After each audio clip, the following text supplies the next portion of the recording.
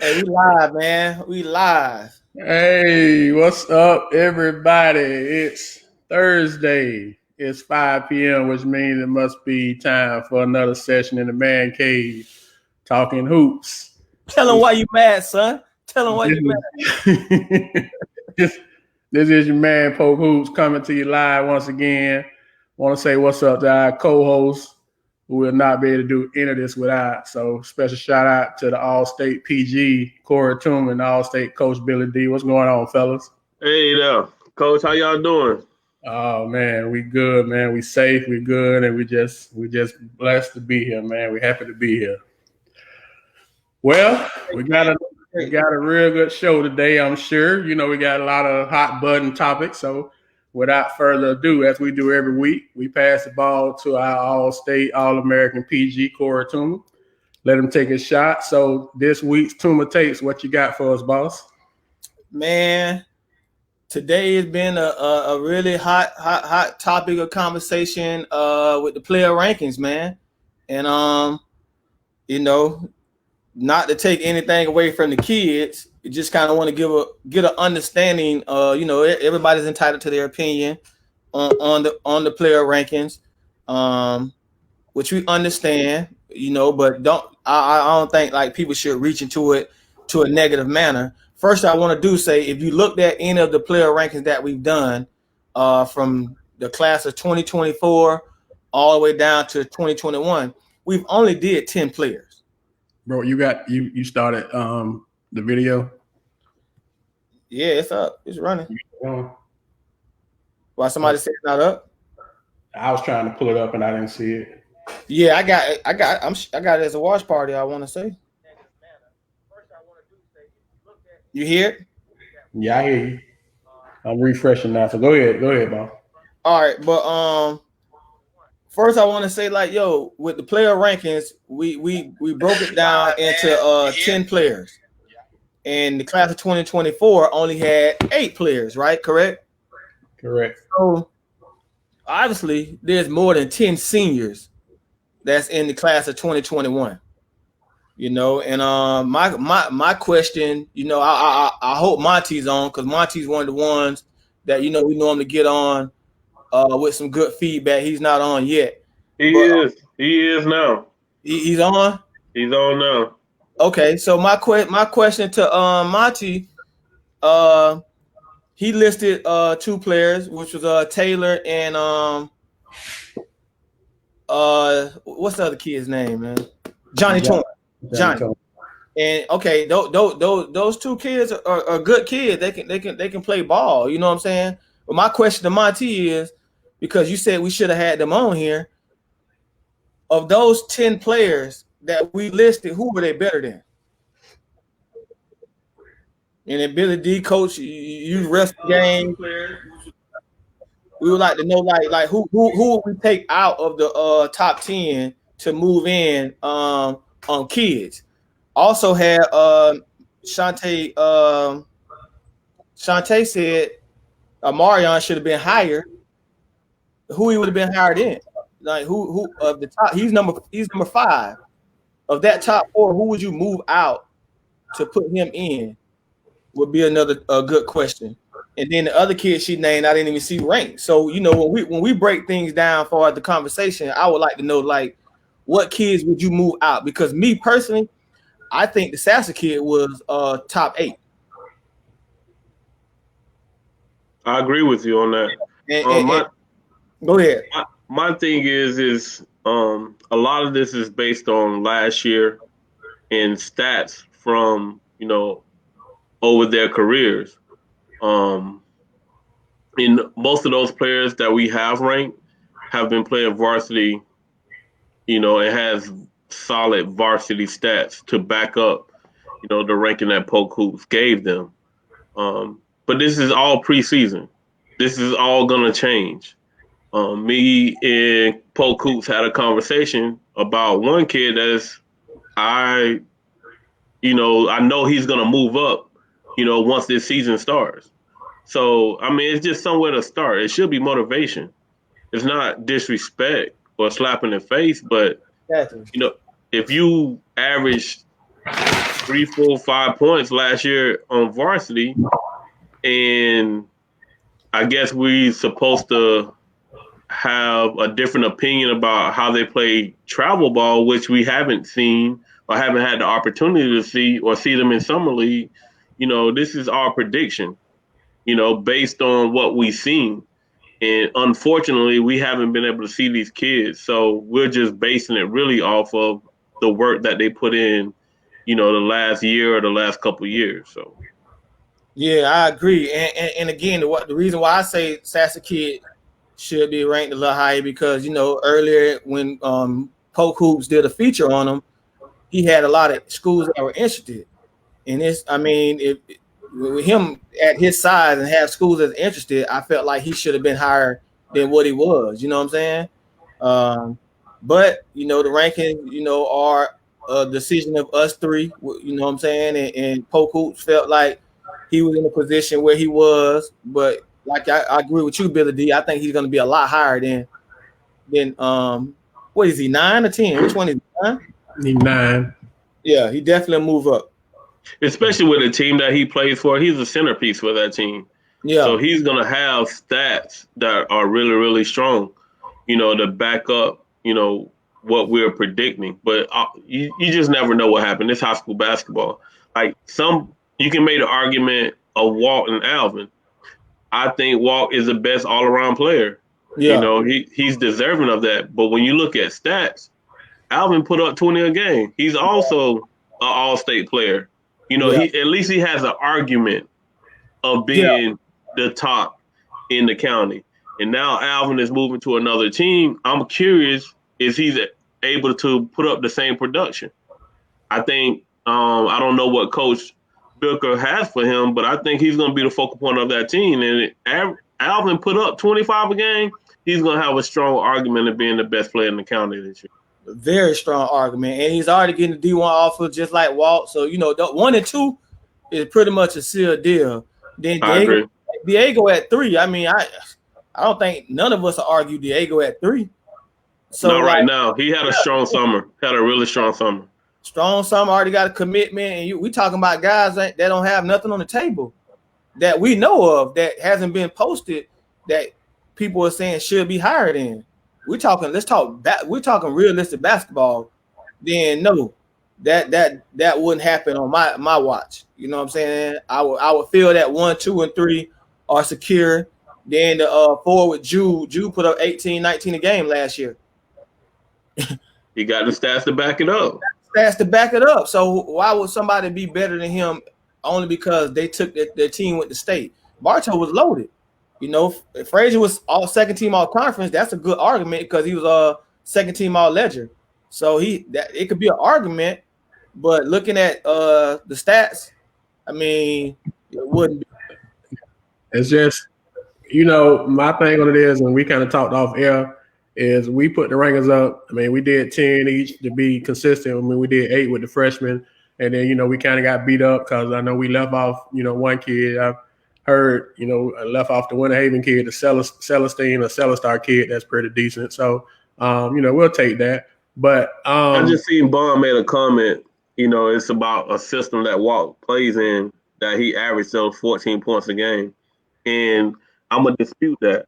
He said if he goes somewhere else, he averaged 30.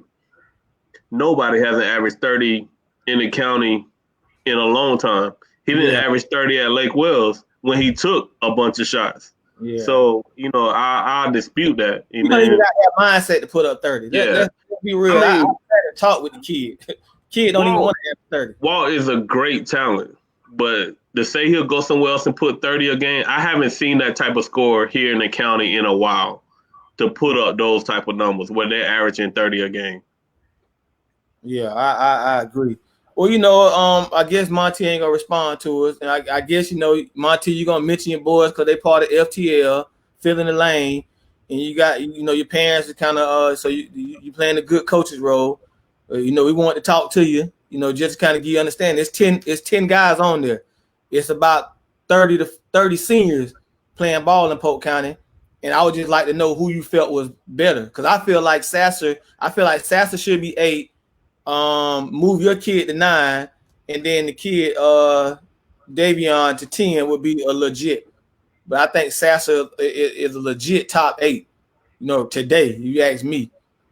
You know what I'm saying? I felt like that was a move that we could have argued, went back and forth over and over for a good. We did, but Poco's got the last vote on that. So last say so on that one. You know what I'm saying? So right. Yeah, I made the last say, but I definitely wasn't. It was hotly debated. We'll say it that way. A lot of people don't know about Davion, aka Champ. That it's one thing if you feel a certain way about a kid, but you making a comment and you don't know the kids that you're making the comments, about. That's my thing. And then nowhere on the ranking that and maybe I saw it wrong, but I didn't say anything negative. I didn't say anything negative about a kid that wasn't mentioned. We just listed 10 kids. So when people go and make stuff negative, that's always, I kind of take issue with that, because if we was on here bashing kids and you took exception, that's one thing. But we ain't bashing kids. Just because we don't list a kid don't mean we hating. Or let me ask you this. Let me ask you this, Coach. Do the Ledger list all the seniors in their top? Do they even do that? No. All right. Do the Florida the High School Association, do they list all the seniors? Some of these kids ain't even ranked in the top 100. You know what I'm saying? And I don't see y'all cursing out or saying bad things about those prep hoops. We can find prep hoops ranking, the source who's ranking. These kids probably won't even be mentioned. Prep hoops ranked over 307 seniors, and a lot of the kids didn't even make their list. My chief said he hadn't seen the Lakeland Christian kid. So Barnes, you want to kind of get that breakdown on him? I mean, he's a 6'6" wing who averaged 20 a game last year, 20 a game and like 8 or 9 rebounds. If you ain't seen him, he's probably the best kept secret in the county. I did have the opportunity to ref a couple of their games. He can flat out shoot it. He can flat out play. He'll start at any school in Lakeland for sure, and arguably he'll start at any school in the county.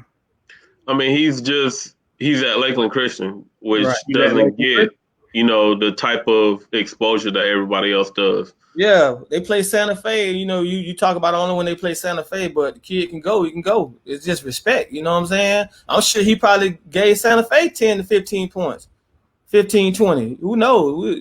But I saw the Santa Fe game when they played that. Santa Fe beat them, but he had about 15 against them. I mean, they got beat, but everybody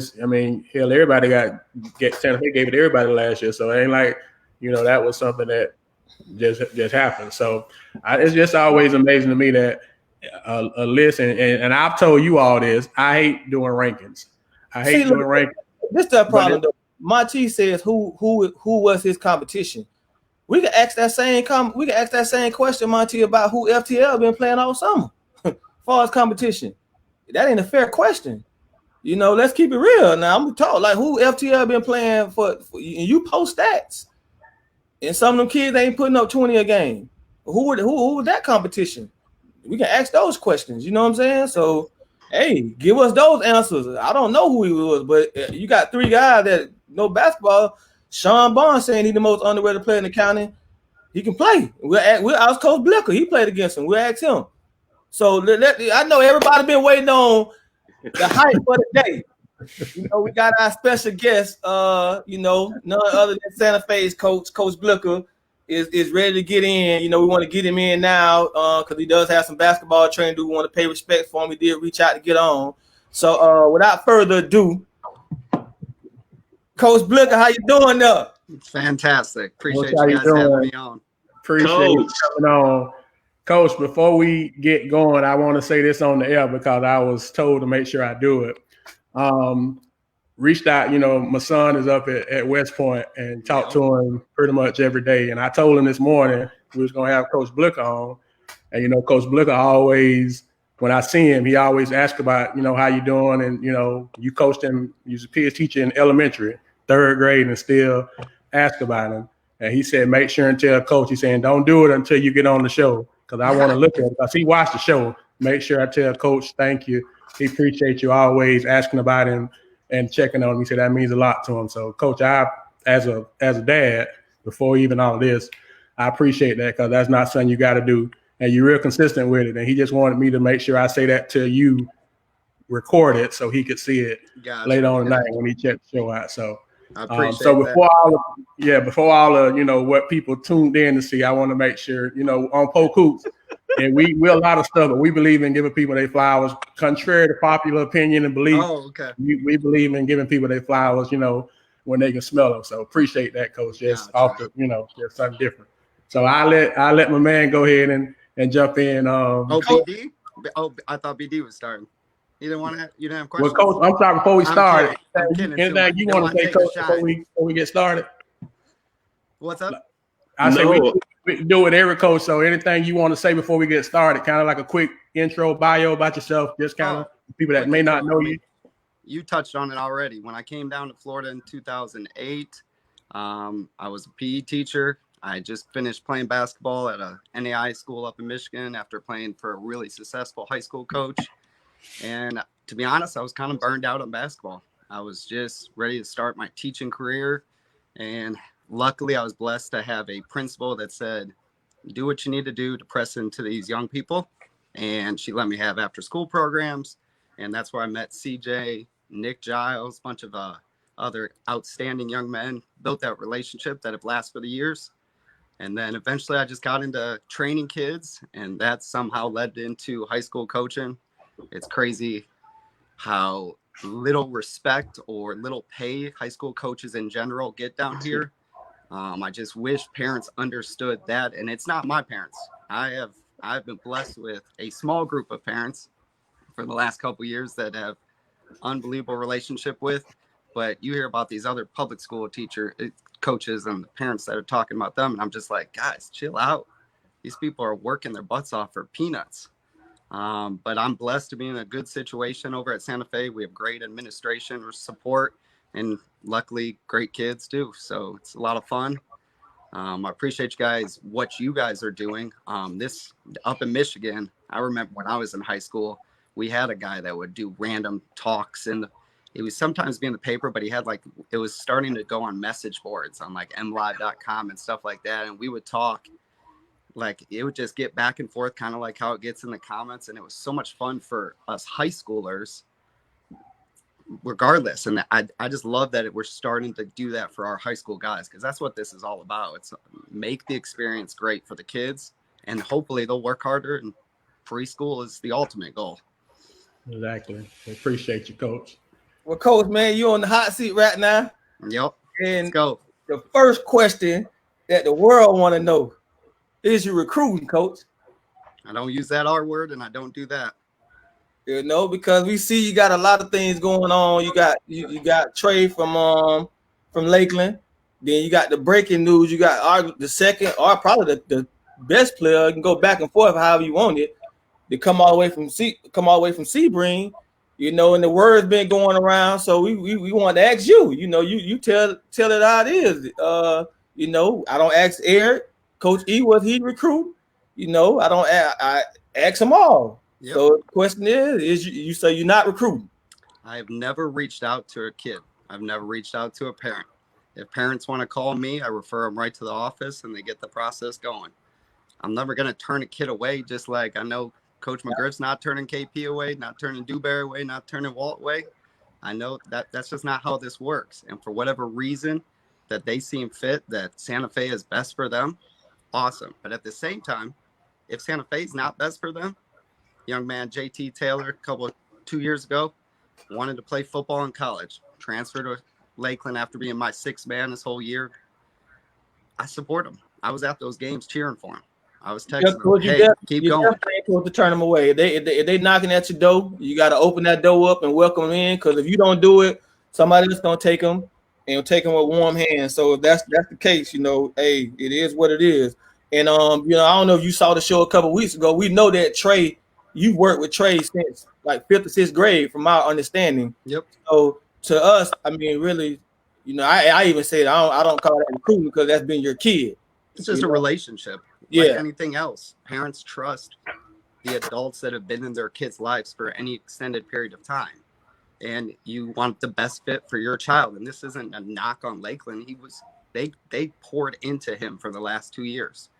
Because they chose to go to us doesn't mean it's a negative on Lakeland.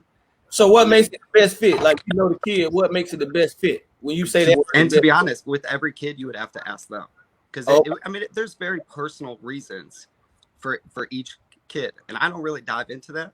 My job is, once they're at Santa Fe, to invest 100% of my effort into them to make them the best person and basketball player that they can possibly be. Yeah, so I found something interesting, Coach. And we heard Ray Davis speak on it last week because his son's name came up in a hot seat topic again. Santa Fe is always a conversation because you guys have become one of the most popular teams in the county now with the players that you have in the core record that you've proven to succeed at the last 2 years. Is the big question is the $10,000. Someone said it costs $10,000. Ray said he paid for school. Is that something that all the kids have, so we can be clear on it? Yeah. Well, let's is all the kids have to pay $10,000? Is it like a financial aid situation? Yeah, this is clear for every high school in Polk County for public school that I know of, and I'm pretty sure it's FHSA wide, because I know you do get audited if you can't back up how these kids are being paid for. So when basically any student, from my understanding, I'm not totally in the financial side of things. I like to stay out of that. Let me stick to basketball. But when a child registers or starts the process of registering at Santa Fe, right on our website, just like any other private school website, there are financial aid possibilities. There's Step Up for students. There's AAA Scholarship Foundation, and then FACTS, which takes into consideration how many kids you have, what's your income, what's your other costs. So, I'm not saying every kid gets some sort of financial aid, but there's a possibility that every kid in a school could get some sort of financial aid. And then once you're there, then there's other financial situations. I know churches across the state have different scholarships for kids that go into their, that are part of their church to go to certain private schools, stuff like that. I heard on Twitter that down south, the big thing is boosters clubs. I don't know how legal that is. I know our booster club doesn't have money for that, but it's any private school. Like, I've actually talked to Jimmy Missouri about getting his kids over to Victory, his young group, because they can play high school basketball early. KP did it. Luke Anderson's done it, because they have middle school as part of their high school. Yeah. Well, if you apply for Step Up and are granted Step Up, you don't have to pay a single dollar at Victory. So why are those kids not playing high school basketball in 7th and 8th grade for Fitz, who's an outstanding coach from down south, has been in the private schools for a while, has made it to the White House that you guys like to talk about all the time, obviously. I don't understand why more kids aren't taking advantage of that opportunity, especially knowing that the person in charge of that program is a great person and a great coach. Well, I don't know if all the kids are as talented enough as a KJ to actually play at that level. Like these kids. But you don't have to play high school. You can play JV, and isn't that better than playing 6 games in our Polk County middle school league? Yeah, definitely. You know what I mean? Yeah, definitely. See, I don't think a lot of parents know. That's kind of why it's good to have you on to kind of just talk about that, because you're at a private school, and a lot of parents or whatever should know that, hey, you can get your kid in, you can start playing JV at least. Even McKeel does. It's hard to get in McKeel though. They've got a lot stricter They have like a lottery system to get in there. It's not just show up and register. Whereas basically every private school, you can just show up and register.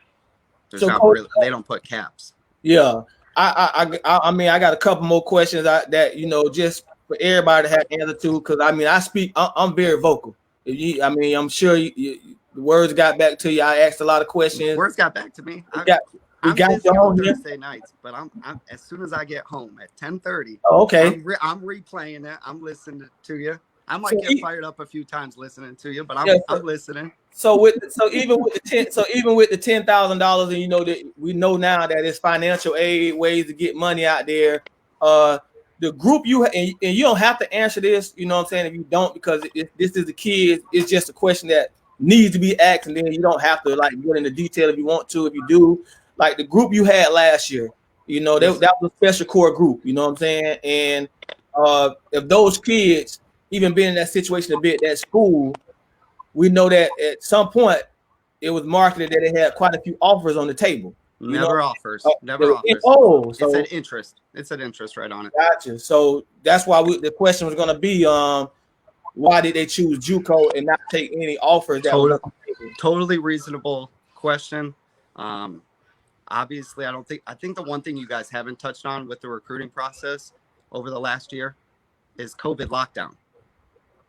Like that impacted recruiting at the end, especially for Ray. Okay, so here's Ray, relatively skinny kid, great grades, super competitive, unbelievable true point guard, but his body is not built for Division II basketball right away necessarily. Division I athleticism has it, not ready physically. A lot of that's on me. We can talk about that in a second. We can't blame that part on you. Nope, but that's part of my job. I got to get these kids ready for college. But because of that situation with COVID, here's an exact story. Albany State assistant coach. I reach out to them. They say they're coming into town. They need to find a point guard. So they're going to go check out the kid from Jones. They're going to check out a couple kids in Orlando. He's going to come in for a workout with Ray. Ray is unreal in the workout. Coach looks at me on the way out, goes, Coach, he's better than advertised. He shoots it way better than I thought he did. Because you got to remember, he just didn't shoot for us. It's not that he couldn't shoot. His freshman year, he shot. And then he turned into a true point guard that took care of Joe and Javon, made them the best players that they could possibly be from the point guard position. But didn't really shoot a ton, besides maybe the second game of the year against Apopka when he led us in scoring and hit 3 or 4 threes in a game. Outside of that, he never really looked for a shot. So he's shocked that assistant coach goes, I want to get him on campus. My head coach is going to fall in love with him because Ray's got that. He's got that dog. He's got 12.7 SAT, 3.6, 3.7 GPA. He checks every single box, and he wanted to be at a HBCU. So Albany State's a D2. That checked every box for Ray. Lockdown happens 3 days later. Never gets to get on campus. The head coach has already fallen for the kid from, I think he's from Lake Nona, point guard, a little taller. Obviously, he checks more of the physical boxes that head coach had already known of, Pat Gale. And so Ray goes, what am I going to do now? Do I wait for a D2 to finally come calling? Because he did have NEI offers. He had an offer from the school I went to up in Michigan. He had a full ride offer, room and board, everything similar to what Rod's got at Warner. The HBCU, EWC, Edward Waters over in Jacksonville had reached out. I had reached out to him. He got back to me within 5 minutes of an email and said, I love everything about that kid. I can get him a full ride without even offering basketball money with his GPA and test scores. He thinks he's a D2 player. Playing at the NAI level, there is a difference. You played at D2. It is a difference whether we say it is or not. Who cares about levels? D2 basketball, that's big time. In my mind, NAI basketball, there's an upper echelon, big time, and then there's a little drop down. And the schools that I'd offered him weren't necessarily high level NAI schools. So he wants to go D2 minimum, plus he wants to be at a HBCU. So what's his next option? Does he wait around, or do we explore the JUCO option? Which also with the JUCO option, if he signs with the JUCO, like Joe and Javon signed pretty early with the JUCO, and a D1 offers or a D2 offers, they're not the same governing body. They can switch at any time during that recruiting process. Yeah. As long as they're qualifiers and whatnot. So we started searching for JUCOs, and I know you guys, JUCO this. I remember the negative connotation 10, 15, 20 years about JUCO. Those are people that have to go. That's their last chance or whatever it is. Ray's going to Snow College. That is a beautiful campus. Unreal dorm. He has his own dorm, has a meal plan, and gets to keep his Pell. Joe and Javon are at State College of Florida they had top 10, I'd probably say, JUCO kid last year, Demoy Hodge, that's at Cleveland State, but had Florida State, big time offers. And they're coming in to take what they were sold on, his minutes. Because remember, that coach was in our gym every single week since September. So they built a relationship with that guy. Gotcha. They're keeping full Pell. They have room and board paid for. They have a meal plan. So they're getting over $6,000 to play basketball this year. I'm not sure I see a negative to any of that. And then Twan's up in Michigan playing for one of my college roommates with everything paid for. I don't see any negative to getting free school. Not saying you guys did, but obviously Yeah, we talked.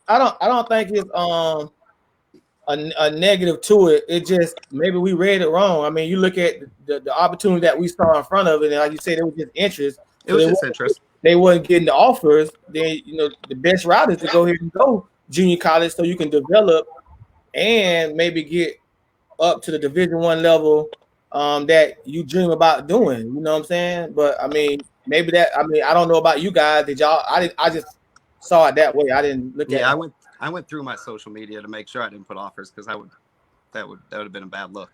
But it said interest right in the middle of the flyer, and I put that out right when they were going to the NCAA basketball academy out in Phoenix to just generate even more interest was my hope.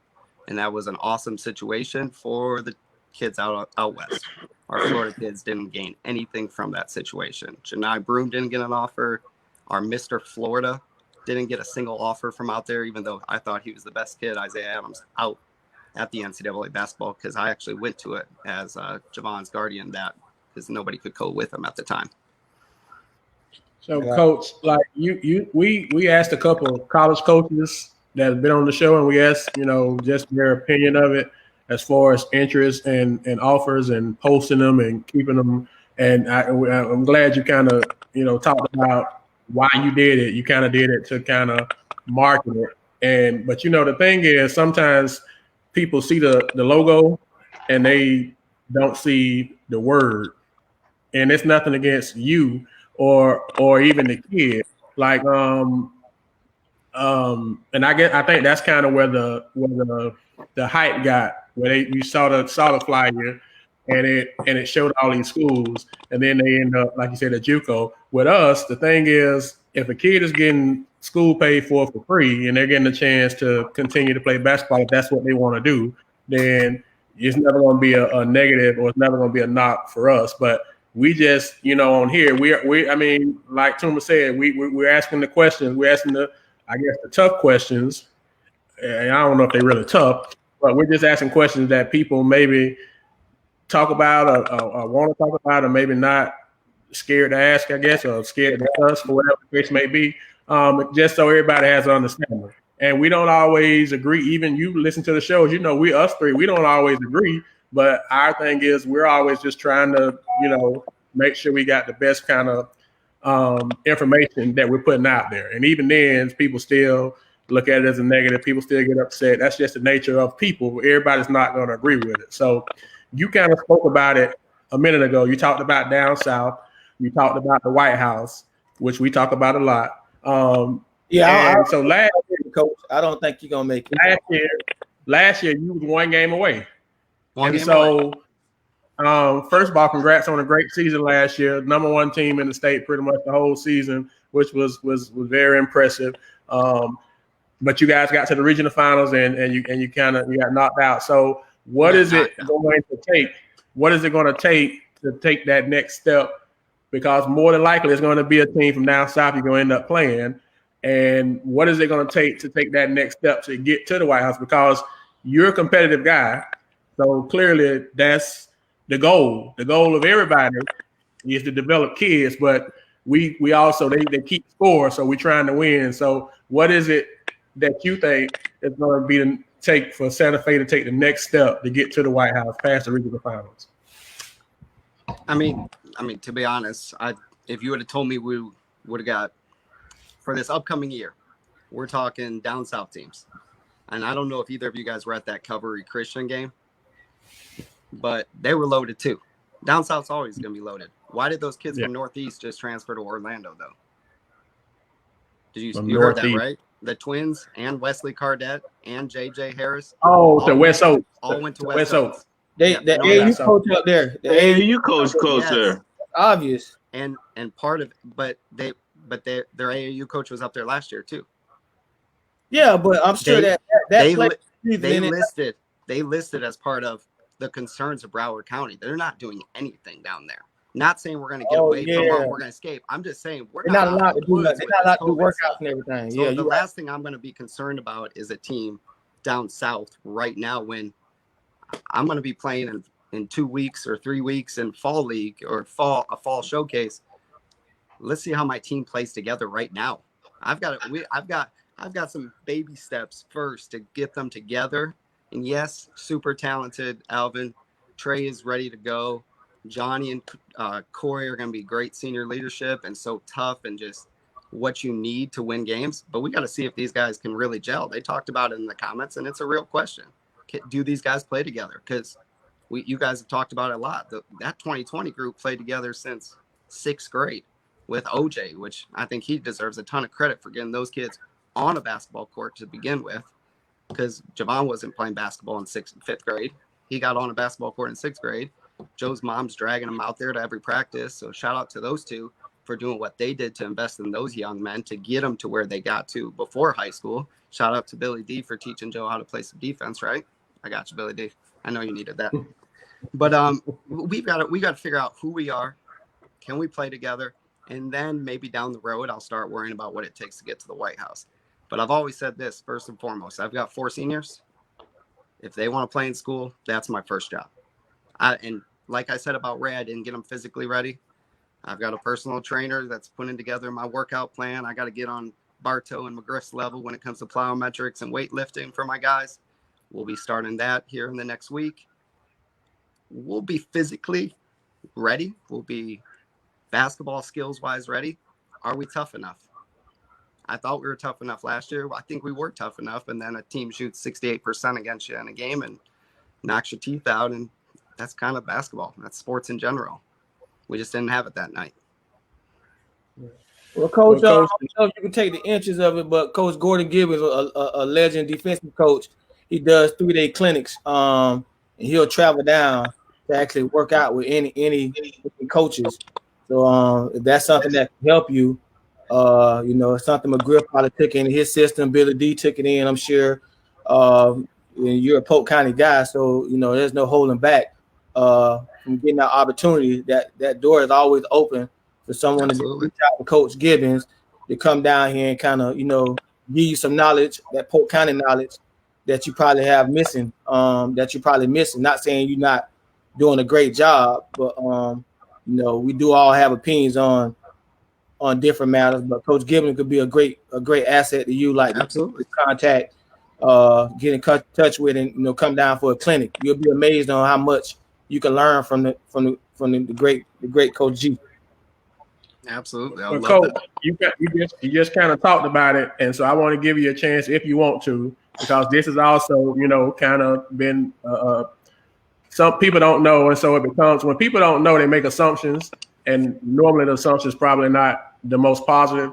So you do training, and that's always, I don't know always, but that's been a topic of just a topic of discussion, I guess. So if you want to kind of talk about your training, just to give it a context, because, and once again, you don't have to. Once again, we on here, we just asking the questions just to clear. The thing is, hopefully when we're done with this, the air will be clear, I guess, and it may not be, but at least one thing we do here at Polk Hoops, we try to make sure that everybody kind of understands everybody's perspective. Whether we agree or not, we give the platform for that opportunity. So I know you talked about you felt like you didn't get Ray ready physically, but you do have a program. And then, like Tuma said, you do have a training program. You've been training Trey from that's with you now for 5-6 years now. So if you want to kind of talk about it, touch on it. If you don't, that's fine. But I want to give you the opportunity to if you feel. Oh no, it's fine. I mean, you can promote it too. You can promote. I let word of mouth promote it. Because if I work anymore, if I'm in that gym anymore, but outside of my high school guys and my trainings that I'm already doing, I won't have a house to come back to. So we got to be careful about how many hours I'm spending in that gym with a 7-year-old and a 4-year-old at home. But no, I've always trained. I love training. I was training kids when I was actually playing in high school.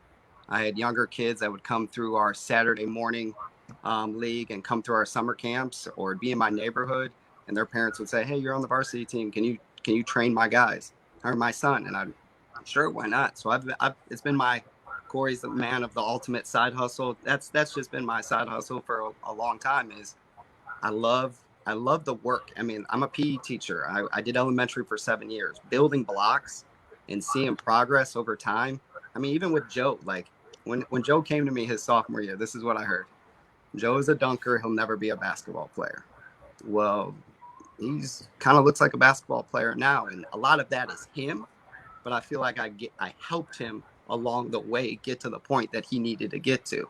And I just love investing in the young people. I love to see the happiness on their parents' face when they're watching their son play or they're watching their son work, because this is bigger than basketball. Just like a lot of things these days are bigger than basketball, right?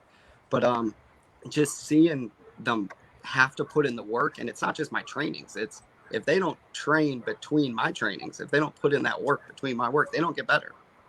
And so as that happens, and I'm pushing them, and I'm the first one to call the kids that I train out.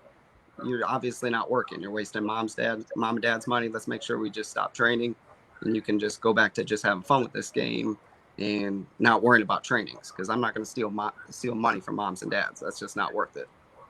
But I've just enjoyed it. And then my camps, which it sucks. I mean, a piece of me like felt missing this summer because I didn't get to do my camps that I normally do. That is it's our main fundraiser for our program as well.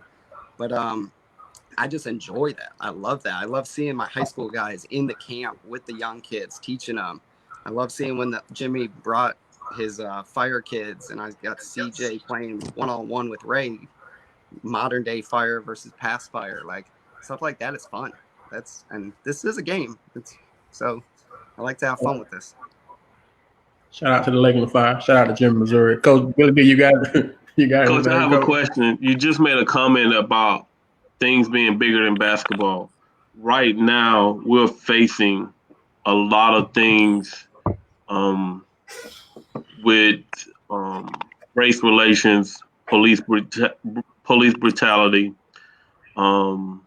Got the election coming up. My thing is that majority of your kids are African American. What is your idea or stance on what's going on now in America, and what do you do in your program in order to educate the African American kids with what's going on? How do you help them or protect them under your program? I mean, that's a deep question, definitely. And I think a lot of times conversation, because you can say, how do I help them? But I need to be taught. I did not grow up in an African American community. I did not grow up with a bunch of African American friends. I mean, I was borderline the burbs. I mean, I need to learn from them so that I can impact my community, not just the kids in my community, but the adults, the white America, or however you want to put it. Like, I've had some serious conversations with those people, and you want to see some awkward moments. That hot seat's nothing. The tumor's hot seat's nothing. Then when you're talking to your neighbor that's in your church group about why cap kneeling is impactful, like those are some serious conversations that people need to have. And I'm learning that I got to be that person, because I am in a situation where I'm in and around different people. But how you talk with kids, I mean, we talk all the time, like, is it on the coach? Is it on the parent? It's everybody. We all have to have conversations that are meaningful and impactful that can hopefully lead to change. I'm not a political person. I hate politics. I don't trust anything or anyone when it comes to politics. But I do know one thing works, and that's love. And if we love each other, we can hope to influence the relationship. And that's kind of just what I go with. I know one of my college roommates, actually one of my college teammates last night, I texted him. He's a VP of ticket sales, Paul B, African American, awesome dude. And I just said, proud of your team. So the stuff he's going through is so much worse than anything I'm going through. So you saying we can get tickets? That's what you're saying? Oh, well, Sean Faustin's already the hookup. His brother's the trainer for the Bucks. We got Bucks covered down here. Okay, well, I know who to go to. Coach, you've done a great job with your program. I continue to applaud you and your success. Just know that perception is reality to people. You're gonna be the bad guy. They're gonna label you with whatever. So it's just gonna come with the territory. A lot of people don't agree. I'm glad you got on here. Be able to tell your story. A lot of people not gonna agree with it, and that's fine. But don't let that deter you from what you're doing. Hey, Coach, Charles Barkley told everybody my Portland, my Lakers was gonna lose the Trailblazers. I had to take that, but you see, we up 3-1 now, so who cares? You know, that's the thing, man. Even though I say you won't make it to state, you know, just look at it like, who cares? We're gonna do what we're gonna do. I'm gonna be okay with that. Regardless, we still gotta lace it up. And if we shoot 68% like St. Andrews did, which, let me be real, they were good. I wasn't on top of my game. We weren't on top of our game. But if you shoot 68%, you're probably not going to lose too many games. Yeah, Coach, the only thing about that game that lost me, and it's two things, and I don't know how you handle this. Why we didn't deny Josh Minot? Let me tell you. No, it wasn't even that, Coach. It wasn't. It had nothing to do with Josh. Y'all were down 13 at the half, and everybody's in the locker room except Javon. It's 6 minutes to go in halftime, and he's the only kid out of the locker room, and we kind of was wondering why he's walking around and just sitting down in the chair while all the other kids and the other team is in the locker room. So I felt like y'all had already lost right then and there, because as a senior and as a leader, he was already missing from whatever conversation that was going on, because y'all stayed in there another 2 or 3 minutes. And, you know, and I think that I kind of felt like that wasn't going to get y'all back, because the chemistry of being behind had already been lost, whether that was your fault or whether you knew it or not. But we was kind of like, why is this kid outside the locker room with 6:37 on the clock, and everybody else is still in the locker room, and he's not out getting help from the trainer? So we felt like you were lost in, you know, because it's like not being down, you know. So I'm not gonna argue anything, but I'm gonna always say that's on me. I'm the coach. Got to be more responsible. Got to hold people to a higher standard. But at the same time, that kid was there for 4 years and gave everything he had for 4 years. I'm not gonna fuss over the last game of his career that just so happened didn't go well. Well, Coach, man, we know you got the train, so we appreciate you. You know, you answered all the questions that we had. Number one, the guy say he's not recruiting. Y'all respect that. Man say he's not a recruiter. Kid just want to come to him, even though the kid Tomlin drove from Sebring to Lakeland and went past Bartow. He's not a recruiter. So all y'all that saying he's recruiting, he just told you that. So lay off his back. But Coach, man, it's weird that the Bartow fans are mad about that. It's almost like something was up behind the scenes. I'm just saying. I'm not using the word though. I don't use that word. What day is that game? What day is that game scheduled? Oh man, is it December 8th, 10th? Everybody would be cool. Well, yeah, I got a special spot for Polk hoops though. We appreciate that, man. Bro. We appreciate that. Somebody let Rex know I was drinking water. I got a train tonight, guys. It's not Thursday. Coach, we appreciate you, man. We appreciate you coming on, spending some time, and hopefully this will spare the rumor that we was, you know, you got on, you came on, you reached out. You know, we know. I'm just, you know, people, once again, like Coach Billy D said, people get their own perceptions when they don't know. And so appreciate you coming on and being honest. And once again, like we ask to tell every coach, you're welcome to, you know, anytime you want to come through and talk about anything, any last words you want to leave us with. I know you're going to train. Yes. I got one. We didn't get a chance to ask you about how you're handling the pandemic, which we've asked all the other coaches because you haven't been able to do stuff the normal way. Summer league. It's gym open. It's gym open.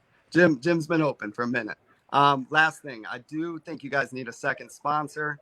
I would like to sponsor Tumor's Take at the beginning at Santa Fe Catholic High School. If we're going to be talked about 90% of the time, we might as well be the sponsor.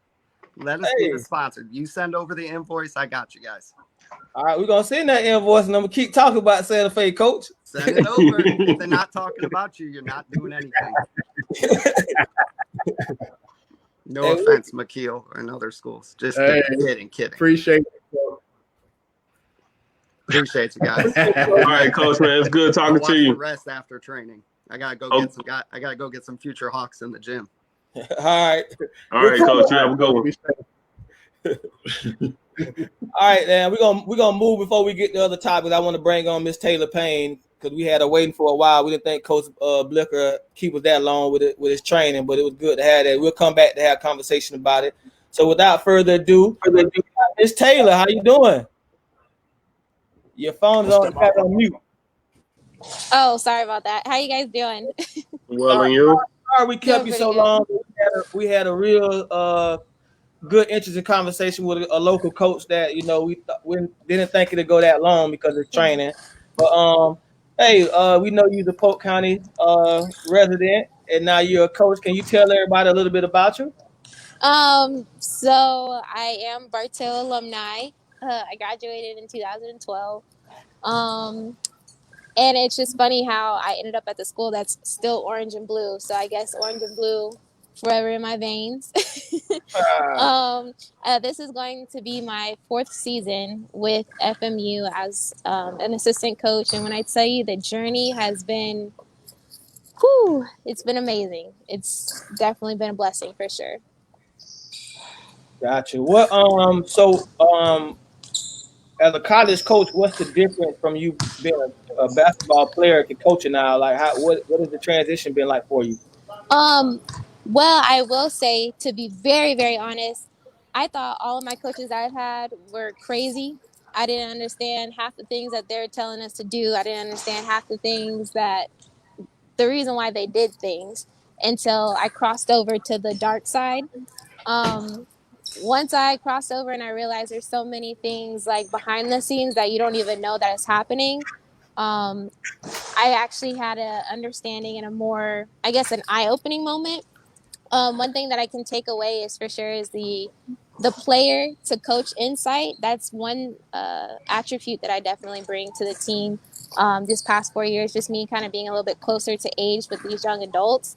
Yeah, Just being able to actually be open and understanding to what the players are saying, but I can also break it down to what the coaches are saying to kind of be like a translator in that aspect. So because I didn't understand. A lot of times I wanted to ask why. A lot of times I'm like, well, why are we doing this? Or why is it the way this is going? But now that I'm on the other side, I feel that is very important. And that's the reason why I am in the position that I am in. that's great. It's always great to see a Polk County alumni at the next level. Uh, Mm-hmm. I know that you have a little program that you're about to start and bring to Polk County. That's kind of the reason why we got you on. Mm-hmm. You want to tell us about it so we can kind of make sure that everybody on here knows what you're doing. And then our Yes. Billy D, he's coaching girls basketball. He might have a few questions for you, but we want to Mm-hmm. go ahead and tell. So like I was telling you before, during COVID, I was back at home with my mom, and I realized, the powerhouse that McGriff has been going. I was at school when they won the championship, so I remember when it even turned into a holiday for Polk County. So I remember how big the AAU, MSBDL, I remember all that, and we were the only team, the only girls team I think that played. And during quarantine, I realized there's not a lot of female events going on or anything specialty to girls basketball. So I was like, I want to change that. So I'm doing a shooter session, basically kind of breaking down the formula of how to shoot. I am the player development here at FMU. And I've just realized that a lot of these kids, they don't know how to fix their shot, and they don't know how to think while they're shooting on the shooting machine. They kind of just zone out a lot. Um, so once I started breaking down the formula of, okay, this is the reason why your shot is broke, or this is the reason why your shot isn't consistent, it was like a light bulb that turned on. So I was like, I think this is a need. The more that they understand why they're doing the things that they're doing, the more confident that they're able to score, the more confident they are when they walk onto the court. Because again, I was never like the best player, but I'm telling you now, because I understand, I feel like I'm a better shooter than I was a player.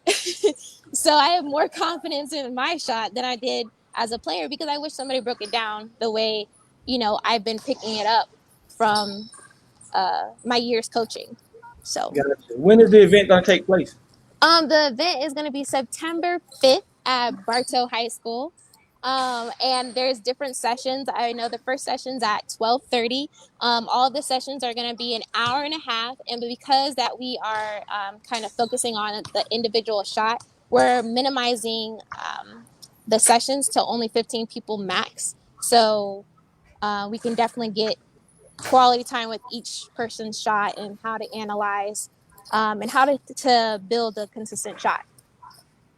Cool. Coach Billy D, you got anything? Hello, Taylor. How you doing? I'm great. I'm so happy that I'm here, guys.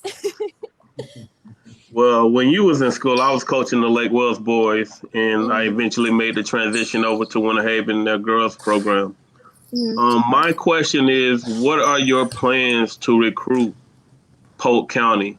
Because I don't see Florida Memorial in the gym, Mhm. or many schools on that level, or many black colleges come in the gym in Polk County. Right. So what are your plans to come here and start a pipeline to Florida Memorial? I mean, you kind of said it. Once I saw that, I'm like, why did I not know about half these girls that I see? The Facebook page of the Sunshine or the Central Florida basketball page and stuff. I'm like, half of these girls are from Polk County, and why do I not know about these things? Or why am I not aware? And I'm from Polk County, so I was like, you know what? I need to change that. I need all the numbers for the high school teams. I want to be the first person to know as a competitor. And secondly, because Florida girls, everybody know when you're from Polk County, you're just bred differently. Polk County training, I feel like I have never, just with me, I'm not being biased, or maybe I am, but when you train and you're from Polk County, it's like a different grit that you have. And so those are the type of girls that we're always looking for. It's just running the floor, super athletic, lengthy, and then you're local. So when you're local, you also get more federal aid and grants and stuff like that. So it makes it easier even to apply to the school or come like make like a scholarship package. So that's kind of what I'm doing with this shooter session, is basically kind of building a relationship, because obviously that's what it's about, is just relationships and coaching in general, with all of Polk County schools, Central Florida, because there's been some people that's passed through that I hate that I missed, that we should have dibs on those people, just from my perspective.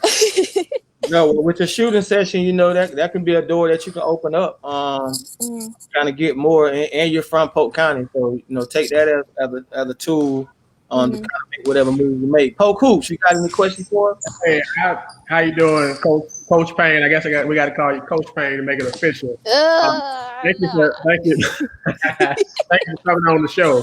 So Mhm. we've asked other college coaches this question. We're asking you, obviously for girls, but what is it that you look for people for aspiring players that's watching? What are you looking for, like in a recruit?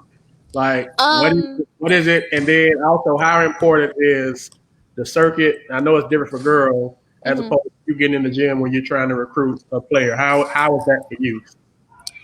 So I am the recruiting coordinator for 21, 22 players. And one thing that I am certainly looking for always is champions of character. How is their integrity? How is their mistake recovery? How do they respond to their coach giving criticism? I want to know, when things don't go their way, how do they react? I feel like that is the most important thing, because that also can tell if they're coachable or not. Because if they ain't coachable, I ain't got time. Who got time to coach somebody that don't want to even be there or don't want to get better? Right. Um, so that's number one, is character. Number two, academics. And number three, athleticism. Athleticism is just like, when you have a good kid, you have less worries. You don't have to worry about academically. You don't have to worry about their work ethic. You know what's going to come because of their character. So those are the three main things that I always look for. And because we are the Sun Conference, we are champions of character, so we definitely hold those core values in our program daily, for sure. And with us No. being the only HBCU in South Florida, we take so much pride. There's just so many things that are happening here. We're like the first HBCU to have a beach volleyball team. We're the first HBCU to have a women's flag football team. Like, there's so many great things that are happening. And our president said a couple of times that we're always like the hidden diamond in the rough, not diamond in the rough, but a hidden gem. But we want to be exposed more. So we've actually slowly but surely, there's just been so much going on, and that's the reason why I'm still here, is because the progress that I've seen when I first stepped on this campus. This gym was not here when I first got here. So to see this gym, to see all the type of players that are coming in, and the elite players, and then taking pride in academics, it's just, this wasn't here before. So I'm just so excited to be a part of something so much bigger than just, when I was a player. Yeah, and I've been to the gym. It's a real nice gym. Yes. My daughter was down at Flomo, as you all call it, Flomo. You got a football team that's starting up, so Yep. that has to help as well. But you're shooting. I don't know if you said this when I jumped off. Is it just for girls, or because there's some guys around here that shot it's broke too. We're just gonna keep it real. So is it just limited to girls, or can guys sign up too? So as of right now, it is only for girls, just to kind of shed more light on that, focus on that. But it will, in the near future, definitely be for boys too. Right now, I'm just trying to light up that spark of confidence, because around the age of 14, girls are twice more likely to stop playing basketball, than boys are. Right. And we want to give them more confidence. They just have so many things. We need more women mentors. Let's just say that. To give them that confidence to try something new. And I Coach, think that's I have a great, question. because we talk about boys. Go ahead, Coach. I have a question. Make sure Polk Hoops get whatever flyer that we have so we can help promote you. I appreciate that. The biggest transition for me, coming from boys to girls, girls do not get the early foundation of fundamentals at an early age. Correct. So I would challenge you to eventually, when you get a chance to expand your vision and try to start, or we just need programs at an early age to get girls fundamentals. We see girls where they don't even play basketball until they hit middle school. Right. And we're at Winter Haven, they're just not fundamentally sound. So we have to teach them from day one, fundamentals that boys are getting at an early age. And cities are not, pouring money into those programs for those girls. So Right. what is your vision, or, your opinion on that? Well, I can definitely agree, because I didn't start playing basketball until 10th grade. Like, I didn't pick up a basketball. I was all about volleyball. I played volleyball and track in middle school at Bartow Middle. And then once I got to high school, I don't know, it was all she wrote. I wasn't upset, but I realized, I'm like, dang, if I would have started younger, I would have been like the bee's knees, guys. I would have been the bee's knees. I would have been up there.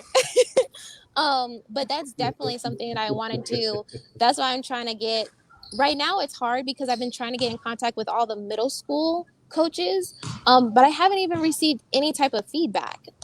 So that's why I was like, okay, maybe I should just kind of shift over to high school, and then once it gets a little bit bigger, or once I get out there a little bit more, then let's start building that middle school, 5th grade, going 6th grade program up. But I mean, right now, it's just trying to get those contacts. I mean, Coach, you are from Bartow. That's kind of tough to send Lake Wells kids over there, but I'll do what I can to help you out. I appreciate you so much. I really do. But trust me, yeah. Yeah. But I also want to make sure that I notify my Winter Haven kids. Those are my girls. Any instruction that they can get to improve, we want to put them in that position. For sure. And of course, sorry, go ahead. And we want to see you in the gym, Coach. Yes. We have players at Winter Haven. Yeah. Oh, no, for sure. And that's the thing, too. This is so much bigger than basketball, kind of what you guys were talking about before I even came on. It's so much bigger than basketball, especially with women, with the self-image, self-confidence. How are we? You don't have to be an Instagram model. It's okay to put on some basketball shorts and be a baller. It's okay. I'm trying to, it's so much bigger just to do those characteristics, integrity, doing the right thing. It's okay to be a good person. So that's another thing, establishing that confidence that you are a woman and you can do great things. That's just my overall message. Well, Coach, we appreciate you for coming through. Like Coach Billy D said, you make sure you get the flyer to me, and we'll start advertising it for you on our social media outlets. Mhm. Is there anything else you want to say before we let you go? Florida Memorial University, we are here in Miami, and we're always looking for players. So great Okay, we players. got some. We got Winter Haven. We ain't just got Mhm. Bartow. You got Winter Haven. You got Ridge. You got Lake Gibson. Mhm. You got Haines City. We got some dogs around here. You need to Listen, come.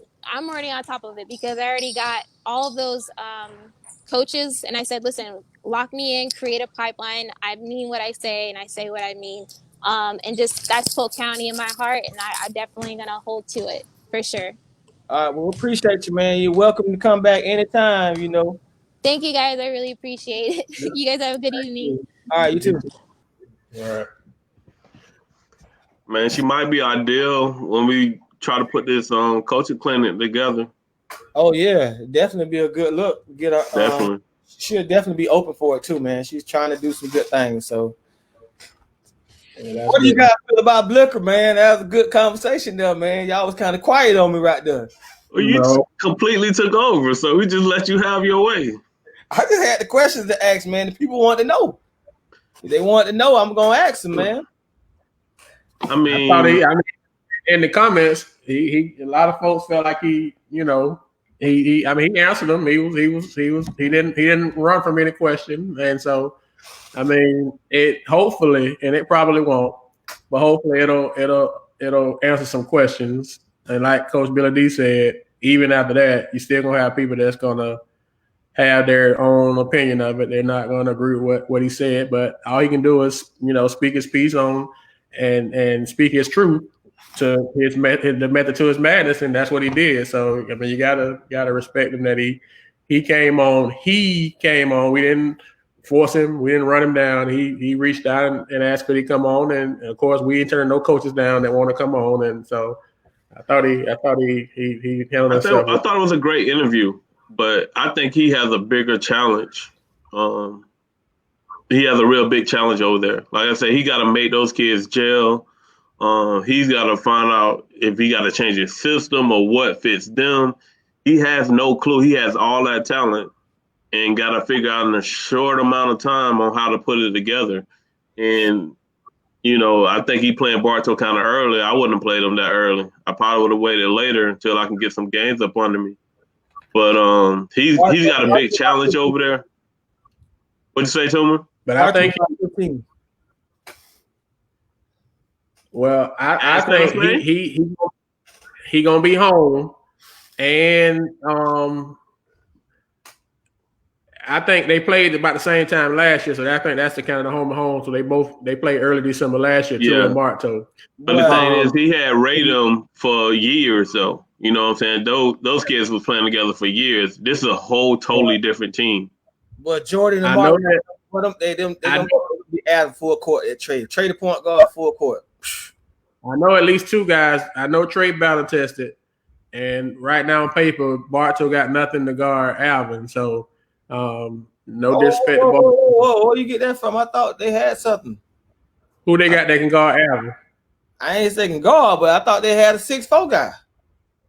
I'm just asking I'm asking the question. Who they got that can guard Alvin? Yeah, but my thing is, I got more faith in McGriff's system.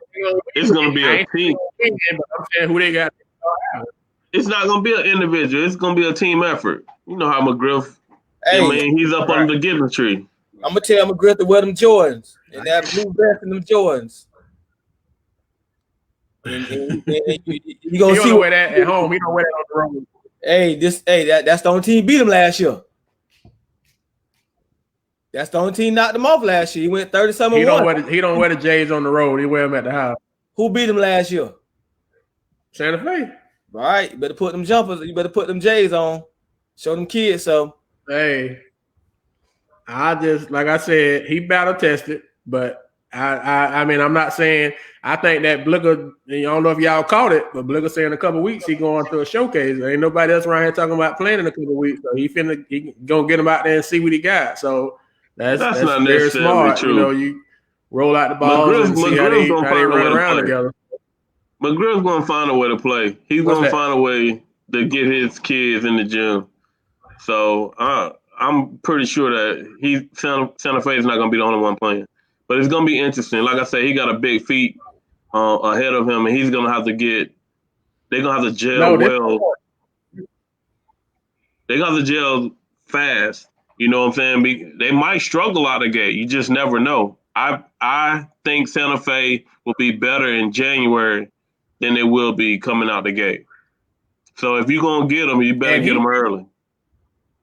And he owned that. He said that they got to gel. They got to get together. No, what I'm saying, we know McGriff is in the gym. We know I'm saying. He's talking about a showcase. So the way I took it, like he's gonna be playing against people, not necessarily that he's gonna be practicing, but his guys gonna be together working against people. So you get, it's one thing to get into practice and look at 5-on-5. It's another thing to go against somebody else 5 and you running sets and having to deal with pressure and that kind of stuff. So at least you get an idea of all of them going on the same team as opposed to shirts and skins or white and black. Question for him is I think that's who's going to be his point guard? I don't know where. Who's going to be his point guard? If we talking about Trey being his point guard, and I think Jordy over there doing jumping. We let him off without asking that. We let him off the hook. I thought Tuma was going to ask it, so I didn't ask it. Yeah, I ain't asked that. I know Jordy over there doing jumping jacks, boy. Y'all don't rank Trey in front of him too? Boy, it's on. It's on, boy. You hear Tuma so y'all don't rank.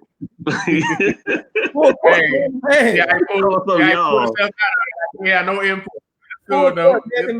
We'll take it. But every team, we can go down to teams and have the one question, I guess, for the team. You know how they do kind of in college. What's the one question that the team got to answer to kind of be pretty decent? And obviously, the question that Santa Fe got to answer is the question that's out there, I guess, is who's the point? Who's going to handle the ball? The question for Bartow may be can they play with all those guards? They probably, so everybody got a question they got to answer. So obviously that's a huge question for Santa Fe, and maybe he knows something that we don't know. But if you look at what he has right now, the only person that can remotely handle the ball is Trey. So you would think Trey got to be the point. And like you said, he didn't have to be the point at Lakeland. They had AJ and they had Pat, and then they had Taylor when he came in. So all he had to do was be a shooter. So can he play the one? I've heard that he's done great things in the offseason with the circuit, the games he did play. I haven't seen him play, but I know he can shoot it. If he's going to play at the next level, it's better for him to learn how to play the point guard now. 6 foot, you a point guard. Right. What I'm saying? So he better learn how to play it. And, I'm sure if they play more than just Polk, who are they? If they got more than Bartow on their schedule and Polk County? We don't know. I don't know his schedule. Haven't seen it, but he said he scheduled a tough schedule. So it's gonna be real person in Polk County with Santa Fe. Everybody gonna mark that on their schedule. The early game of the year right now definitely is the rematch. The Santa Fe Bartow rematch, especially with Santa Fe with what they brought in and what Bartow got coming back. That's the early. I'm sure they're gonna play Winter Haven again. They're gonna have Winter Haven. Yeah, Winter Haven. What do we need? What's the Winter Haven question? Who going? They lost Rue this week.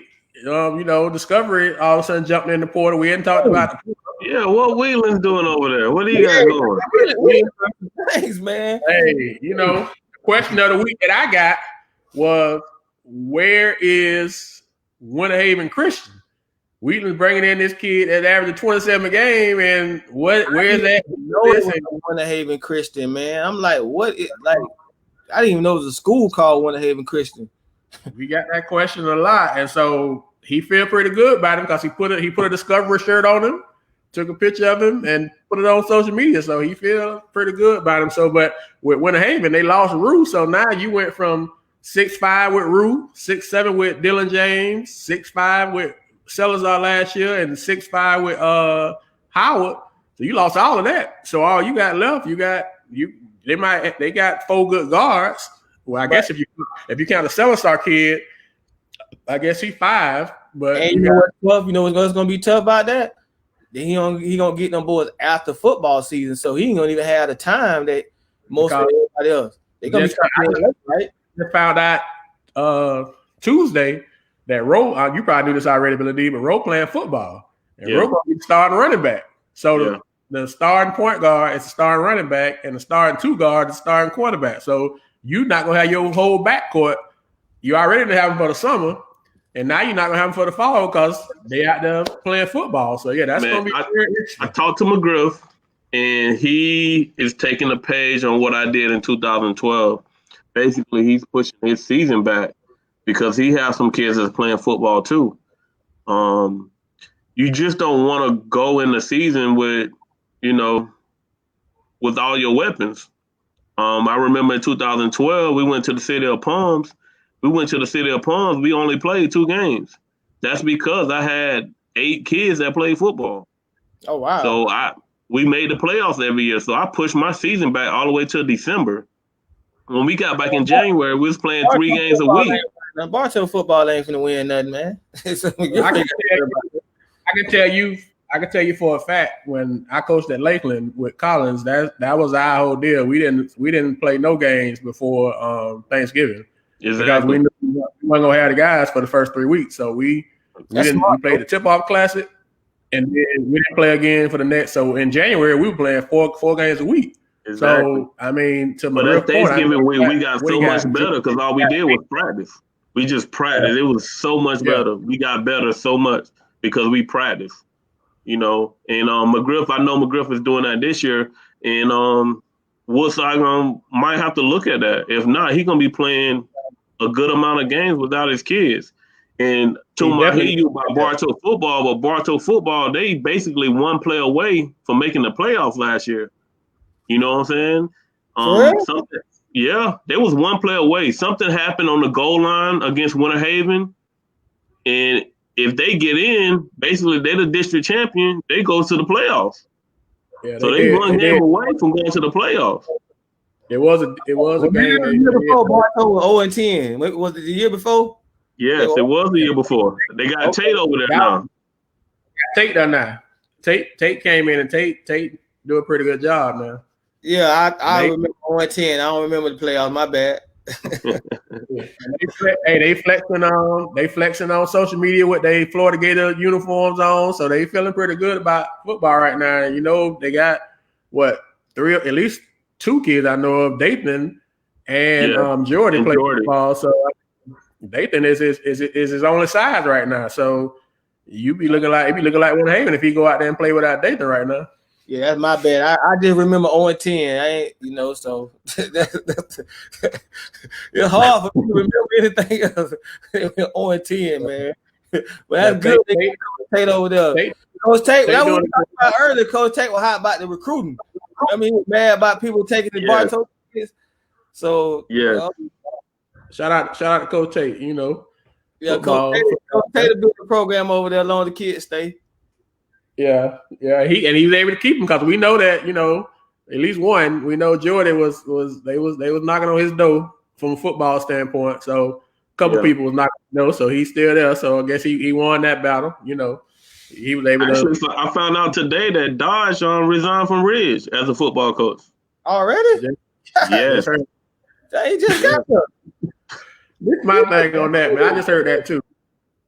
The day, what is it? August 26th. The kids play September 11th, man. The day was the first, yesterday was the first day. No, the day August 27th.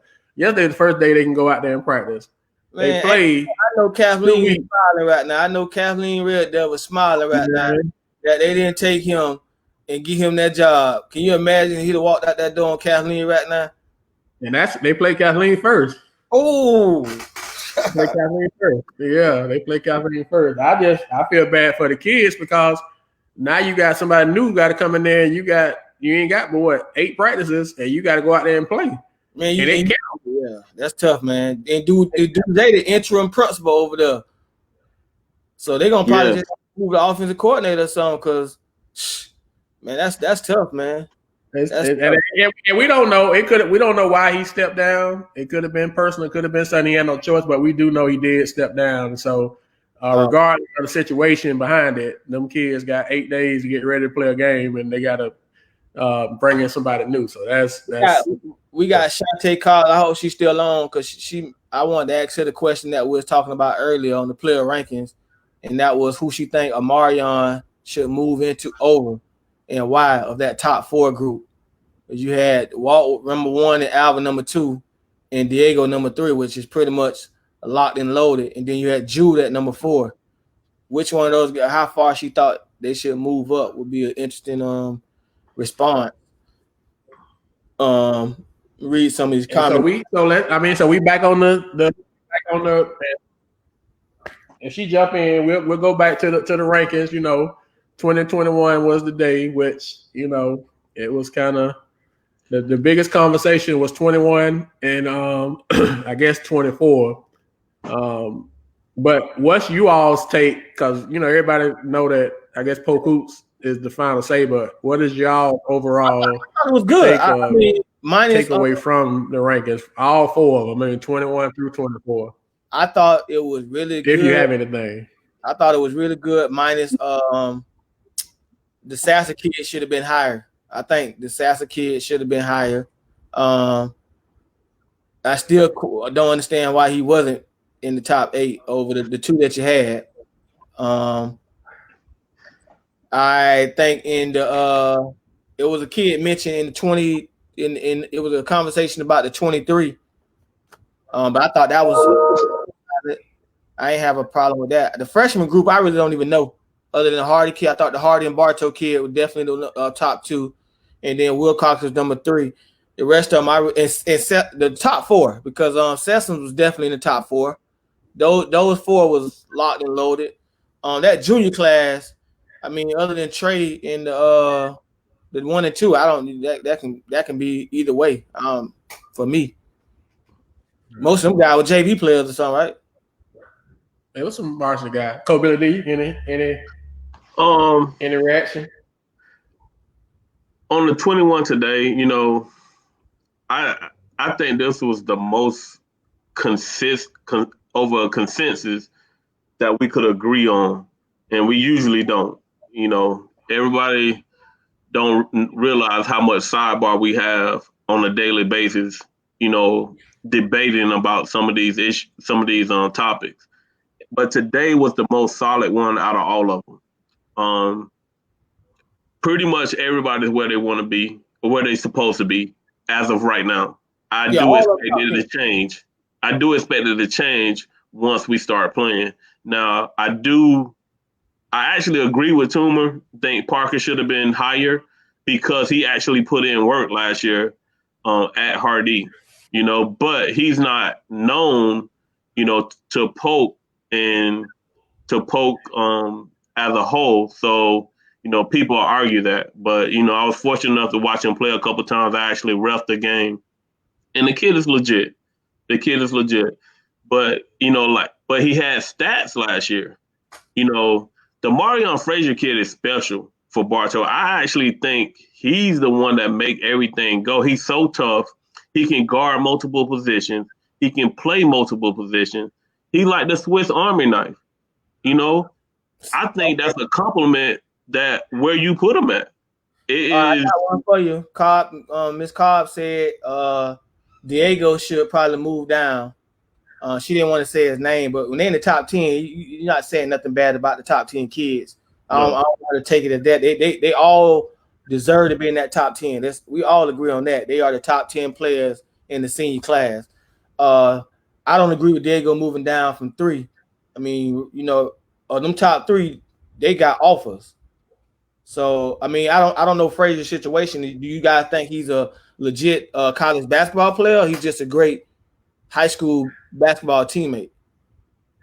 I think he can play at the next level, but I'm hoping that he's open to playing at maybe a D2 or even an NAIA. You know what I'm saying? Like we just had somebody from Flomo. If I'm Flomo, if I'm Edward Waters, if I'm Albany State, if I'm those teams, you should be raving to come get that kid because that kid is going to instantly make your program better. He's going to give you that from a winning program. He's fundamentally sound. He's tough. Those are the type of kids you want in your program. When you say D2 though, what type of D2 are we talking about? Because when you speak D2, you got to think of a Jimmy Baker who was an All-State 20-some points a game, or Jamie Phillips who was an All-State 20-some points a game. Understood. But you can't tell me that he can't play at Benedict. He can't play at Benedict or in that SIAC conference or at Tuskegee. So like I think that kid can play there. A small D2. Regardless, I think that kid can play there. Okay. I ain't saying he can't. I just know they look at they look at a lot of the stats, all that situation. What is his strength for that? Like a lot of D2 guys are mid majors that just probably decided not to go mid majors. You know what I'm saying? So I agree, but I think he can play in those HBCU conferences. Cables at Florida Southern. So I once you say the conference, I understand it, but yeah, you know, so it makes me like to his point, like a Edward Waters that's just moved up to D2, you know, something like that. What Ms. Carr was saying in the comment, and this is a lot of people's, not a lot, but this is a general, I guess, perception, I guess, about Diego. And we ain't not talking about, you know, kids like you say, we just discussing it because we're discussing the top 10, is that if it's a big game, there's some perception that he shies away from big games. And so that's the question mark of him being top 3. Now, so my thing on it is the reason why we looking at, he's 6'8", he's skilled, he's a skilled 4-man, and I mean he can play. He, like you say, he's already committed. He's to the Lincoln Memorial is a Division II powerhouse. So that's the rationale for him being 3. But the knock on him, I guess, from not just Ms. Cause, but this is a perception of, you know, we've heard this. I've heard this from a couple of people. That's how they feel, that he kind of, you know, he shies away from the moment in some cases. So I guess that's the question. And Amarion doesn't shy away from the situation. So I guess if that's the general thought behind it. Even we had that question when we did the top 20 rankings. Remember, we were going back and forth about that, but I still think he top 3. I don't see nobody behind him is skilled and better than him. Like, I don't see it, man. He's going to a national D2. That's Jay Frost school he's going to, correct? Right. That's a powerhouse Division II. And he's a mid. He can play mid major. He's one of those kids that can go just because he's 6'8". He can play mid major. I mean, but yeah, I feel the same way Ms. Cobb said too. Like he sometimes he can play soft. You know what I'm saying? He got to get that toughness in him and become a killer. You know, he need to watch 77 for the Mavericks. But I understand that. If we just evaluate, go ahead, Coach. But you know, that kid, I understand what you're saying, Tuma, but I don't think that's a part of that kid's personality and game. What I have seen is that he has improved on many levels from just the season last year to this summer. Oh, like that kid's game has, you know, shot up tremendously.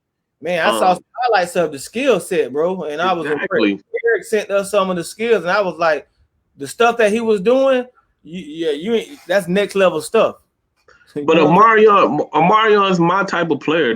Like I said, you'll love to have an Amarion. He's like an Adele Bell. You know what I'm saying? That's what he remind me of. Exactly. He's somebody a coach will fall in love with. Them the ones that you want in your program. You know what I'm saying? He the guy that can get in everybody's face at a timeout before he get to the coach. He can get in everybody's face and tell them what they're doing. You know what I'm saying? And I just asked the question about the Division II because I feel he can play college ball too, but it's just the different levels. Even when Coach Blicher was saying it's different levels. So agreed. I like that you said that because there's some Division II that's on a national level that I don't know if he can fit just by playing hard. You know, it takes a skill set too to be able to play at some of those schools. Yes, sir. And there's no knock at D2, and I know it's different levels in JUCOs and NAIA, you know, but I have an issue, especially with HBCUs, they just do not come to the county to recruit. These players fall by the wayside, and I just hate that. I had a team full of players that would have loved to go to a HBCU, but they just never come to this area, especially recruiting for basketball. So tell me name me 3 top level HBCU coaches that can coach. Cause that HBCU basketball is trash, man. Let's be honest now. That's some trash basketball, bro. Them guys just run up and down and play street ball, man. Unless it's changed in time, which it probably has. You can't. You still ain't named one coach. I'm waiting on you. Can't. But I am curious what Mo Williams do at Alabama State. I am going to be watching this year. HBCU basketball suck, man. Let's be honest. I wouldn't be a kid at HBCU basketball. Across the board, I don't know. That's a tough statement to say all HBCU b-ball suck. It's so wild. It could be better. It's some. Bro, ain't nothing like you can say it's some D2 ball. You can say some Sun Conference ball suck. But it's not fun to watch. I'm saying I'm just like looking at. It's not what now? Not fun to watch, bro, because they just wild. It's wild up and down basketball. It ain't no. To me, I've never seen it being organized. I've never seen an organized HBCU game that be like, man, I want to watch that game. Could be when you're saying like it's no organized to it, bro. They really wide open, back and forth, just athletes, crazy athletes. The best one I've seen is Broadnax. That's the best one as far as what Toomer is looking for at Savannah State. He actually run decent sets. That's what I'm waiting for you to name. Yeah, I'll give it to Broadnax at Savannah State. You know what I'm saying? He usually has some good assistant coaches with him.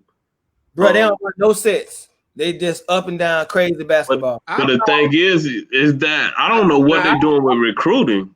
Like who they recruiting? Like they pass over some players that they can actually get that will make their program significant, and they just don't even come. Yeah, that's sad. But I'm only looking at it from a player standpoint. When I played, bro, we used to laugh at playing the HBCUs. We knew that was a 20-point. That was a dub. We knew it was a dub. Coach Gibbons knew. It was like the fun game. Hey, you gonna get your stats up, bro. Y'all guys ain't playing no minutes. This is game to get some minutes.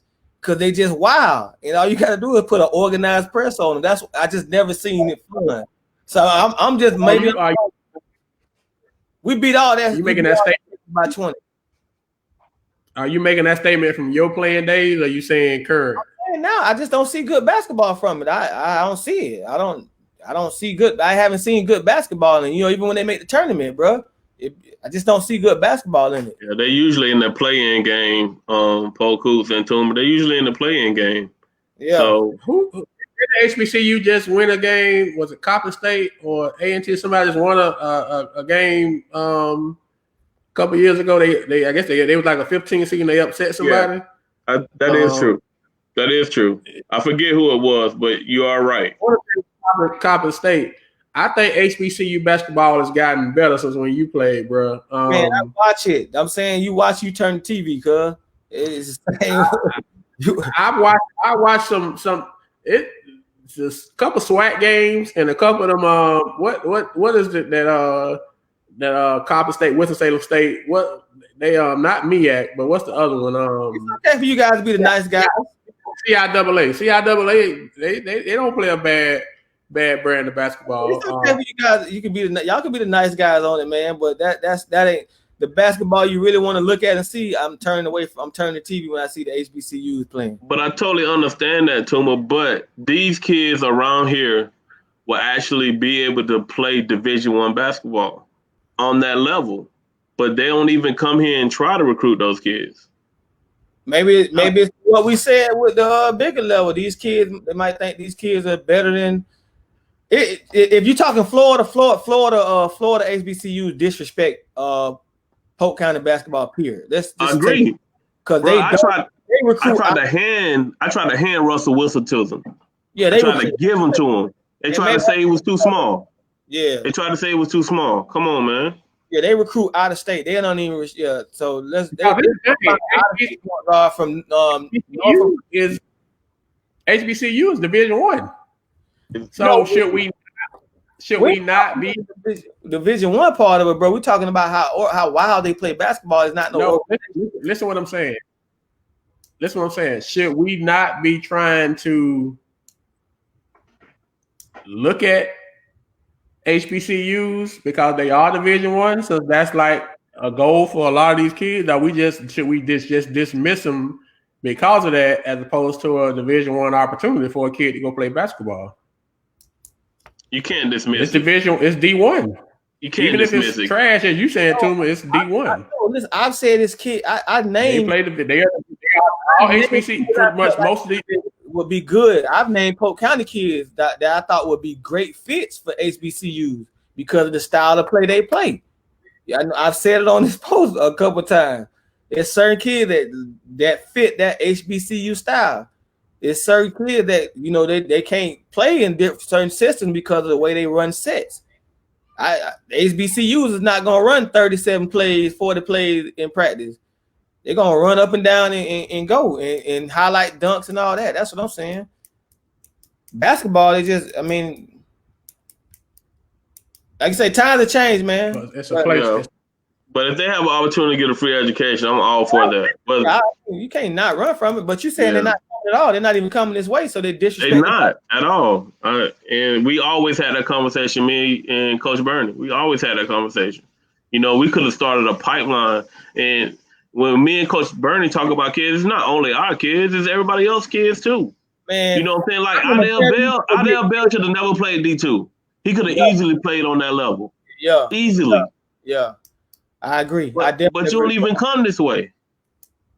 You don't even come this way. And I have a problem with that.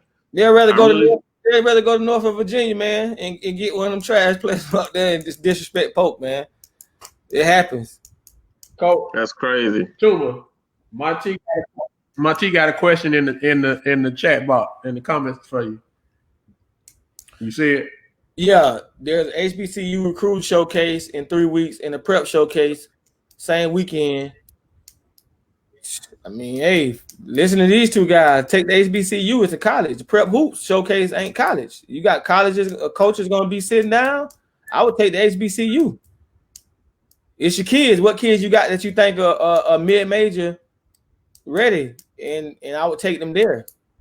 Because I don't know enough about prep hoops to say, hey, take them to prep hoops. I don't know enough about prep hoops. All they do is tweet. If Jake writing on you, if Pepper writing on you, you know what I'm saying, you can get some interest. Yeah, but if you got a college coach sitting right there, I agree. I would take the HBC. Just because I say their style of play is trash, don't mean that. I think the way I'm saying it is confusing everybody. And I did say I wouldn't want to go there. I'm talking to me, but they style of basketball is trash, not the school as far as playing Division One. Right. I just for the organization, like I wouldn't want to come from playing from Coach Williams, playing with Billy D, playing with Coach McGriff, and then go play that trash style of basketball. I wouldn't.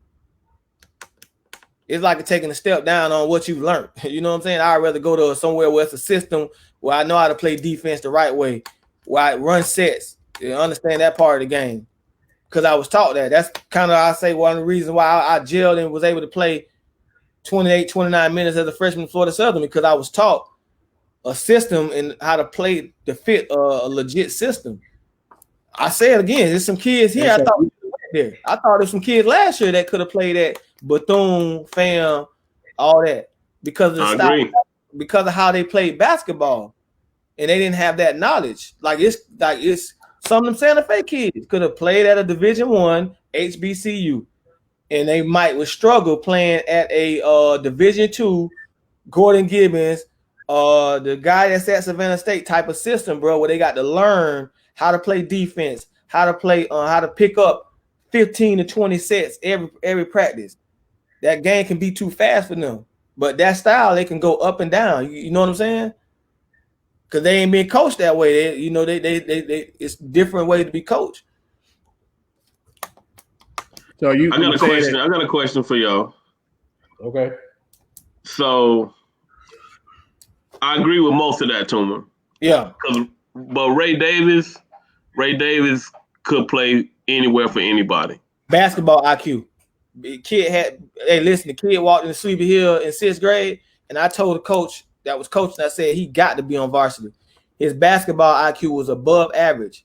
You know what I'm saying? In 6th grade, I felt like by his 8th grade year, he could have been playing on a varsity team as somebody's point guard because his basketball IQ was good. You see what I'm saying? Agree. But that comes from looking who he like. Now, let's ask this question: who coached Ray up all the way through elementary and middle of his younger days of playing before he got to high school? Where did he learn? Who coached him? And if he had Sleepy Hill, you coach him. No, I didn't coach him. No. I know he played for OJ. I say I'm biased, but he got coached by Lakeland 5. Okay. That was Kenny Davis. That was I'm asking that question. That was, if you look at the people, that's Kenny Davis, a high school coach. Hen is a varsity coach. Lance was coaching, Lance Williams, and then Jimmy. Even if you stop with Kenny was the head coach of that team. Okay. Kenny Coach Myers. I mean, he got a great foundation. Yeah, when I saw them play, they was with OJ, and it was all of them: Javon, Ray, Joe. It was all of them playing. You know what I'm saying? And man, Ray was special. I think Ray is really made Santa Fe special. So he was a floor general. He was a floor general. I was asking the question about the basketball IQ. It had nothing to do with Lakeland Fire or OJ. I don't remember who he played for, but Ray was playing basketball 3rd grade. So getting to that level where he was at now, you got a kid that's been playing 3rd grade. The game, he's above average on the game. I agree. That's an early age, a great age to start at. So by the time he get to high school as a point guard, by the time he got to middle school, he already had 200 games on his belt. 3rd, 4th, yeah. So his and he can play and is an athlete. So his not everybody sleeping on Ray. I'm gonna tell you what I think gonna happen with Ray. You remember on Sean Peterson, right? Billy Lee, Honduras, went to Pasco, and then my god brother went to Pasco, turned to a junior college All-American, went to Georgia State, and then was playing in the G League. I think Ray gets stronger, and Ray learn how to score. Which he at the JUCO level, that's when you can learn how to score because you control the ball. Ray gonna be a Division I point guard.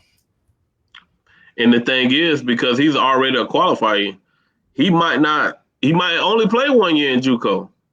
Hey, like Thurder said, Ray special, man. I'm a Ray Davis fan. And this is the thing about Ray. One thing, that he had I don't want to say he had an advantage, but one thing we want to make sure we shout him out. Love him or hate him, his dad was always there. Dad was amazing. His dad had him everywhere he needed to be. His dad, however you feel about him, you got to respect how he was with his son. He had a direct impact on where he's at now, and so so the thing is, you got to get credit where credit due. Whether you love, everybody knows dad. Everybody know Big Ray, and you know him, you love him, you hate him, whatever. But you got to respect. As far as nobody can question how he is about his son. I mean, and I coached his son way back. Him and CJ played together Little League football, and he's been the same passionate guy about his son. So you can't deny that fact. So he had a major. He had him working out. He had him where he needed to be. So you got to respect that. But like you said about where Ray's at, Ray's in a great situation. He's went out west, so he's gonna take Polk County type of grit, type of toughness, type of dog, and they ain't got that out there in Utah. So he, like you say, he in a great situation. I can definitely see Ray end up being a Division I point guard out west. Not saying he can't come back this way, but I can definitely see that if he stayed there even a year, definitely if he stayed 2 years, but if he stayed there a year, I could definitely see him transition into a PG. He get his body, like Coach Blicher was saying, they're gonna put some weight on him, and he gonna be able to, just flourish. I think he made a great decision. He's gonna kill up there, man. They're gonna be like, how the hell did we let this kid get away from us? Man, we're gonna be talking about Ray. He gonna be the next Capers. everybody gonna be like, God dang, like he gonna skill level gonna jump like that. Because again, we didn't see Ray as a scorer. And he's gonna go there, he's gonna be so much advanced from those kids. And 18 to 20 this year. And Blicher said it. It wasn't that he couldn't score. He set the table for everybody else. So you know you get. He has to. You got to take the weight room here, then the sky's the limit. He's still growing, y'all. We all know that, right? The kid's still growing. Yeah. If he take the weight room serious, he's out of there, bro. Right. Hey, Ray Monty said last year with the Prep Hoop Showcase to me, he said Daytona, FMU, North Florida, Santa Fe, Edward Waters, BCU, Nova, Southeastern, Mercer, Mid Georgia were at the Prep Hoop Showcase. Okay, so give you some context. Challenge to that one, Monty. Like, because you coach your kids, right? And you got those two situations that, like, as a coach, I would ask myself, what is a better fit for my kids as far as getting recruited? If I take them to HBCU, will they get overlooked because these HBCUs go out of state, or will they get overlooked by these Daytona, North Florida, Edward Water, BCU? And so what's the best situation for the kids that you have that are going there? That's how I would do it as a coach. Like, which one fits better for my kids? Like, if I got kids I think can play at this level, I'm gonna send them over there. I'm gonna go to that showcase instead of the other showcase, especially if they're both at the same time. If they're not at the same time, I'll try both of them. What do you guys think? How would you handle that, Billy D? Yeah, and you coach, how would you handle it? I can tell you. Go ahead. My thing is like, you also got to look at your relationships. You know what I'm saying? Like, a lot of those things you got to pay for. You know what I'm saying? And because I built relationships on the circuit and with some of these guys, you know, I was able to get, you know, some of my kids, you know, in the side door in order to showcase my kids. But, you know, it's a crapshoot. Like you said, I would try to go to both if you can. If you got to pick one, you got to pick, you know, where you think your kid has the best opportunity. Yeah. What you got, Bar? What you think? What would you do in that? I mean, I think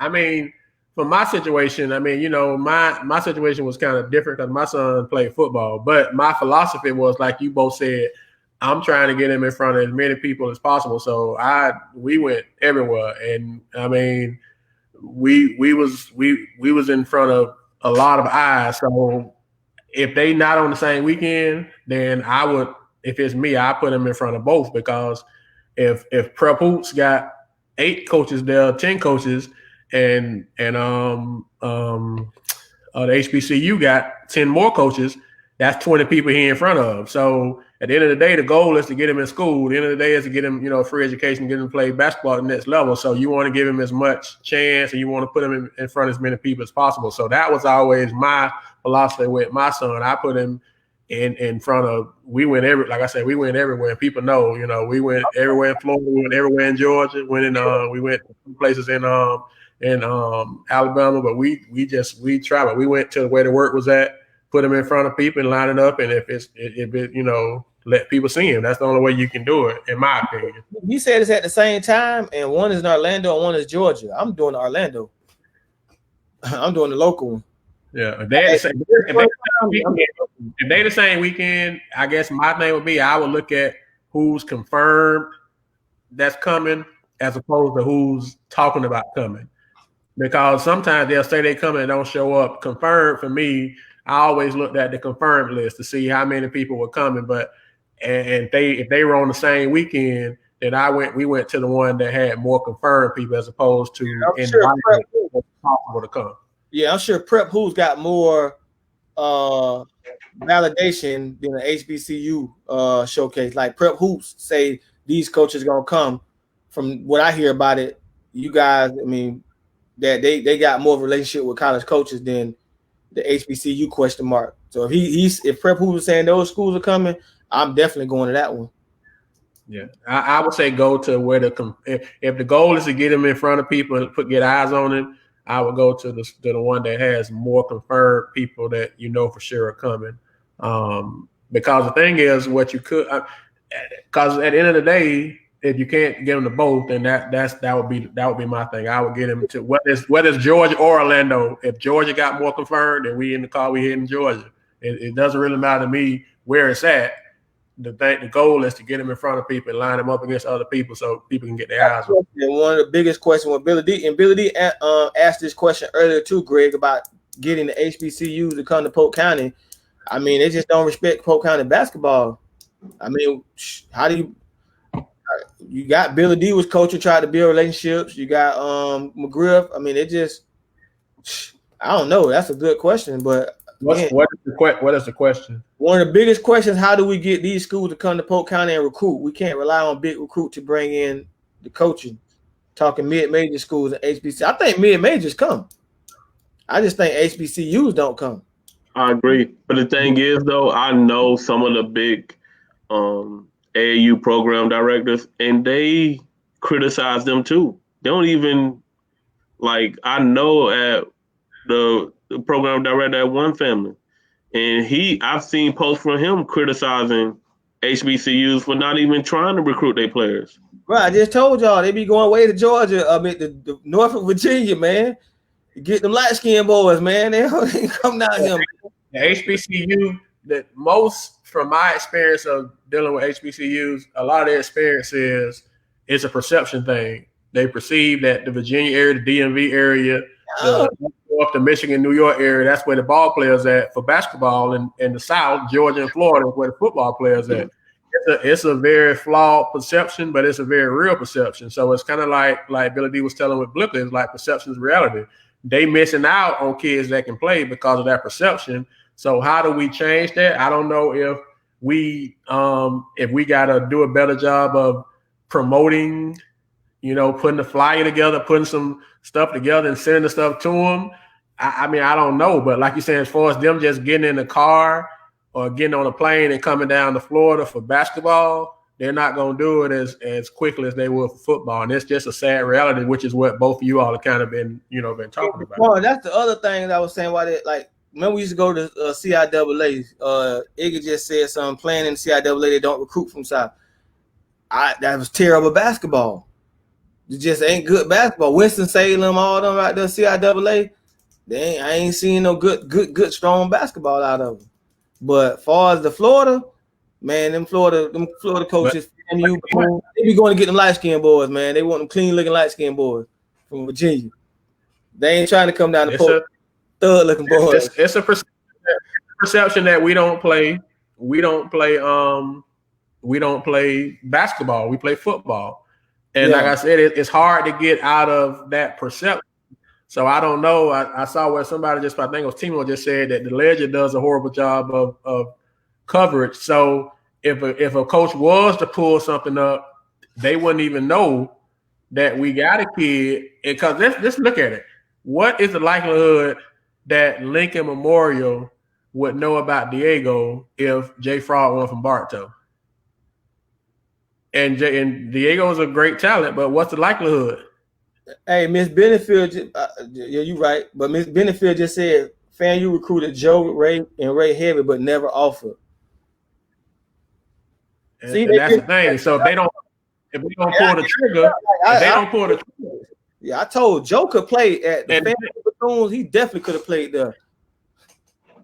Yeah, and that's the thing. Joe got that type of talent. Ray got that type of talent. Javon, we've said that they all got that type of talent, but if the school don't pull the trigger because they from Florida, they from a football state as opposed to, like you say, from the DMV, which they think is better equipped for basketball.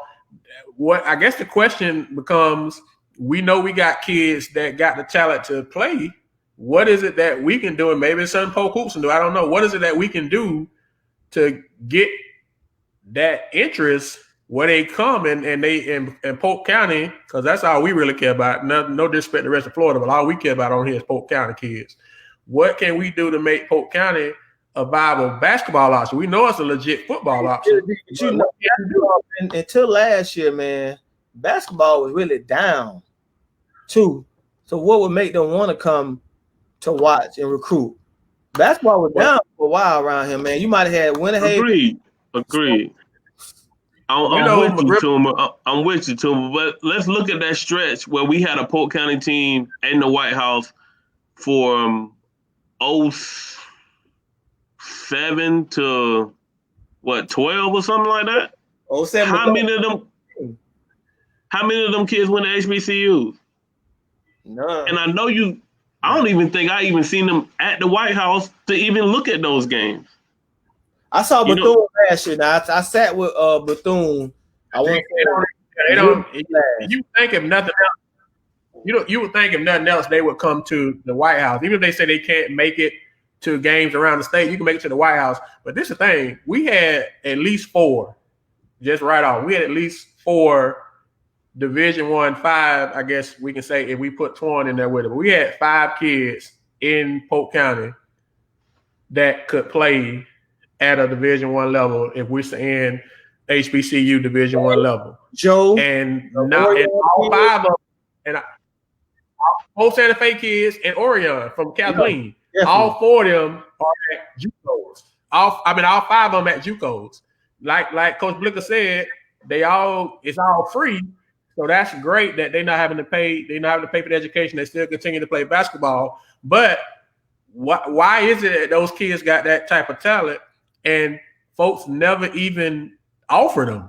Not because definitely that's not. They ain't got the talent. They ain't got the talent. I mean, it ain't that. A lack of talent because clearly they got the talent. So what it was. I don't know. Like I said, I spoke to McGriff. Talked to McGriff probably about a week or so ago. And he was like, he appreciate Polk hoops, which obviously I don't know if it's Polk hoops, but he was like, his ticket sales last year was the best they've been in years, and he attributes it to Polk hoops because it's publicizing stuff that hasn't been publicized before. A lot of people didn't know that Santa Fe and Bartow was playing on a Tuesday night. This is McGriff words, not mine. If we don't post it on Polk hoops. And that was probably his biggest, besides the Mosaic, his biggest attended game of the year. And that's sad though. Because the thing is, why is that? Why you think? They haven't been getting the exposure, so folks will know they playing. And that's why I say maybe it's something that we can do with Polk hoops. We can get. We gonna get it out there so they can tune in here. They can call it. They can send messages and we can get stuff out. Like I said, we had a coach reach out last week while we was on the air.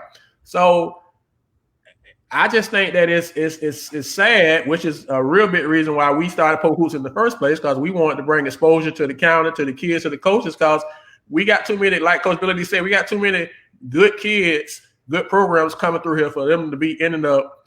And like I say, nothing wrong with a JUCO, but I would say, and I'm not speaking for Joe and Javon or Ray, I'm not their parents, I'm not them, but if FAMU would have offered, would they have went to FAMU if a Division I HBCU offer would have been on the table? It's not to answer it, but it's a shame that the offer wasn't there when the talent is there. Does that make sense? One thing if you just ain't talented enough, but if the talent is there and you don't get the offer, then that becomes a shame. That's something that we got to hopefully do a better job of. And no knock against nobody else before us, because I don't want nobody saying we hating on other people.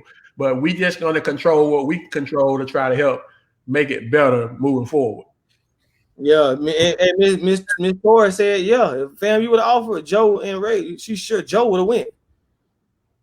It's Division I, and that's the thing. It's different if the kid can't play, but the kid can play at that level. Why you know what I'm saying? That's just bananas to me. And I know Coach Billy D get upset about it, and all us do, because then, like you say, Toom, then you go out there and you put a trash product on the floor because you got them like you said it, Toom, not me. Them light-skinned kids who can't play. When you got kids right here in the state that can play, and you're ready to go get kids that can't play because they fit a profile of how they look in the program when people pull your stuff up online. That's just it's bananas that it's that way, but it is that way, and that's something that we gotta change. No case other than the Mosaic. Well, we tried. We called out every coach. We wanted to do a grade 8 tip-off classic, call it the grade 8 or something like that. Who was grade 8, and you bring in like the best of the best of 8 Polk County team to pack the house, but the coaches around here, they got to work with each other. That's what's hard. You notice too, y'all, they don't like to play each other now with the strength of schedule. They already saying they don't want to play. The rivalry games just don't went away. Look, McGriff played Lakewell last year. Even though Lakewell ain't win 2 games, McGriff looked at the rivalry. Every coach look at that. One game ain't gonna kill your schedule. No, and he's playing on 1 time this year versus 2. But I understand why, because you still got to use that strategy in order to improve your odds in the playoffs. You can't mess around, blowing everybody out, and then you get blowed out once you get to the playoffs. You got to get them battle tested. Didn't somebody make it last year because they didn't play? They played the week schedules. Who won 20 games and didn't get in? Hardy. Yeah. Lake Region too. Lake Region won 20 games, right? Lake Region won 17. Oh, okay. But they didn't get it. The thing is, Hardy and Hardy and Lake Region both had better records than Lake Gibson, but Lake Gibson had a stronger schedule, so they got in over them. Lake Gibson was like 15-12. Lake Region was like 17-9, and Hardy was 20-5. But Lake Gibson got in over them because their strength of schedule was a lot. My bad, Monty. We won't do the top 8. We'll make sure Kathleen plays, so we'll do 12. And this is the thing, what's the name? I'm about to rank 15 when the season starts. You see what's the name in the comment? Audrey Burks, AB Brooks. First of all, shout out to AB for committing to Indiana, Miss Burks. So that's a great thing. AB used to play with the 5 too, so he'll 5 kids. So shout out to him.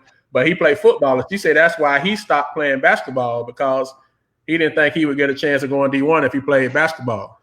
So, and not because he don't have the talent, because we know AB can play too. Anybody who doesn't watch basketball know he's a pretty good basketball player, but it had to become a business decision. Am I gonna play basketball and get passed by the wayside, or am I gonna go somewhere that I know for sure that I'm gonna have a chance to get to the next level? So it's a legitimate conversation that, like you say, we gotta, and we've talked about this, about doing the showcase and showcasing the kids. We have no problem with it, because obviously it's going to help the kids. It has to be buy-in from the coaches.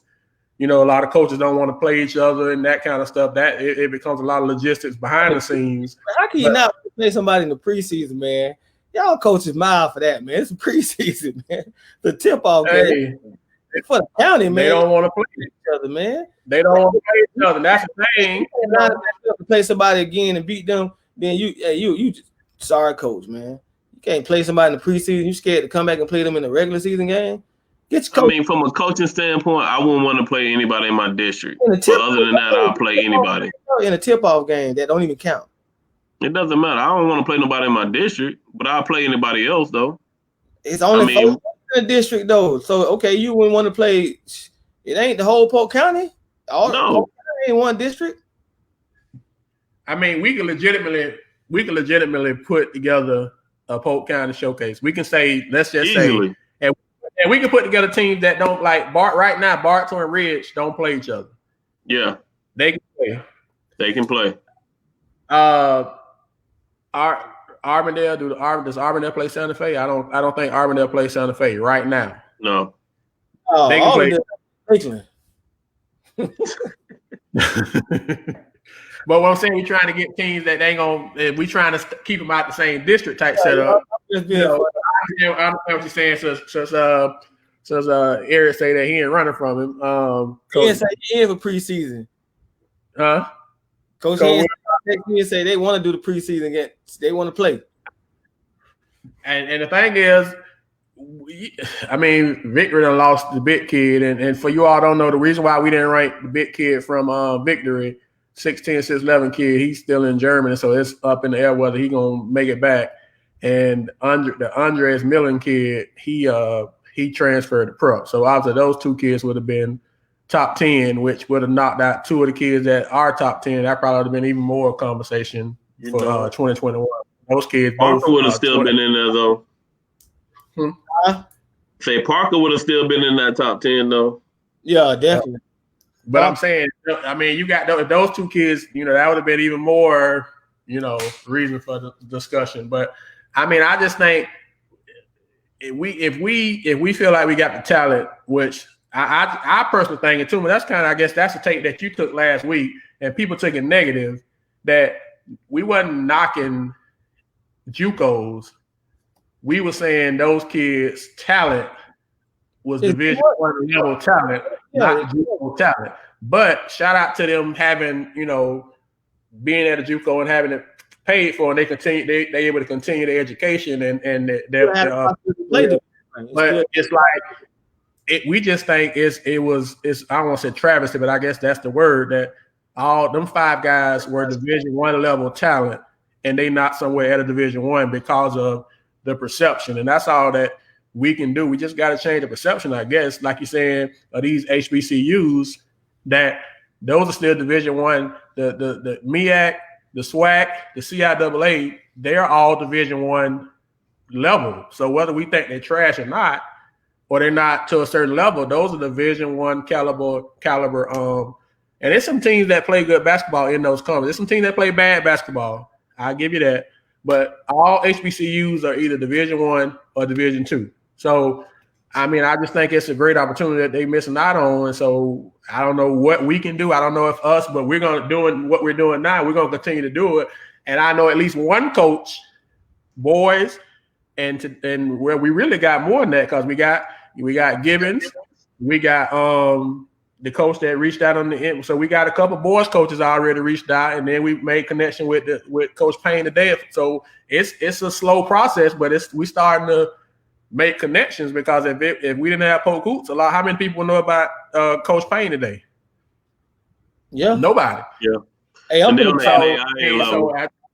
call all these high school coaches, these Polk County coaches out today, and we're gonna see what the response gonna be. And then next Thursday, we're gonna sell them out. Coach Hen say he in. Coach E always watching the podcast. And the thing in the showcase, Coach Shaw, the coach from Ridge, Coach McGriff. I don't know who Lake West coach is. Billy D. Cousin, Coach Billy D. Cousin, Winter Haven. We calling y'all out right now. We need a response from y'all before next Thursday.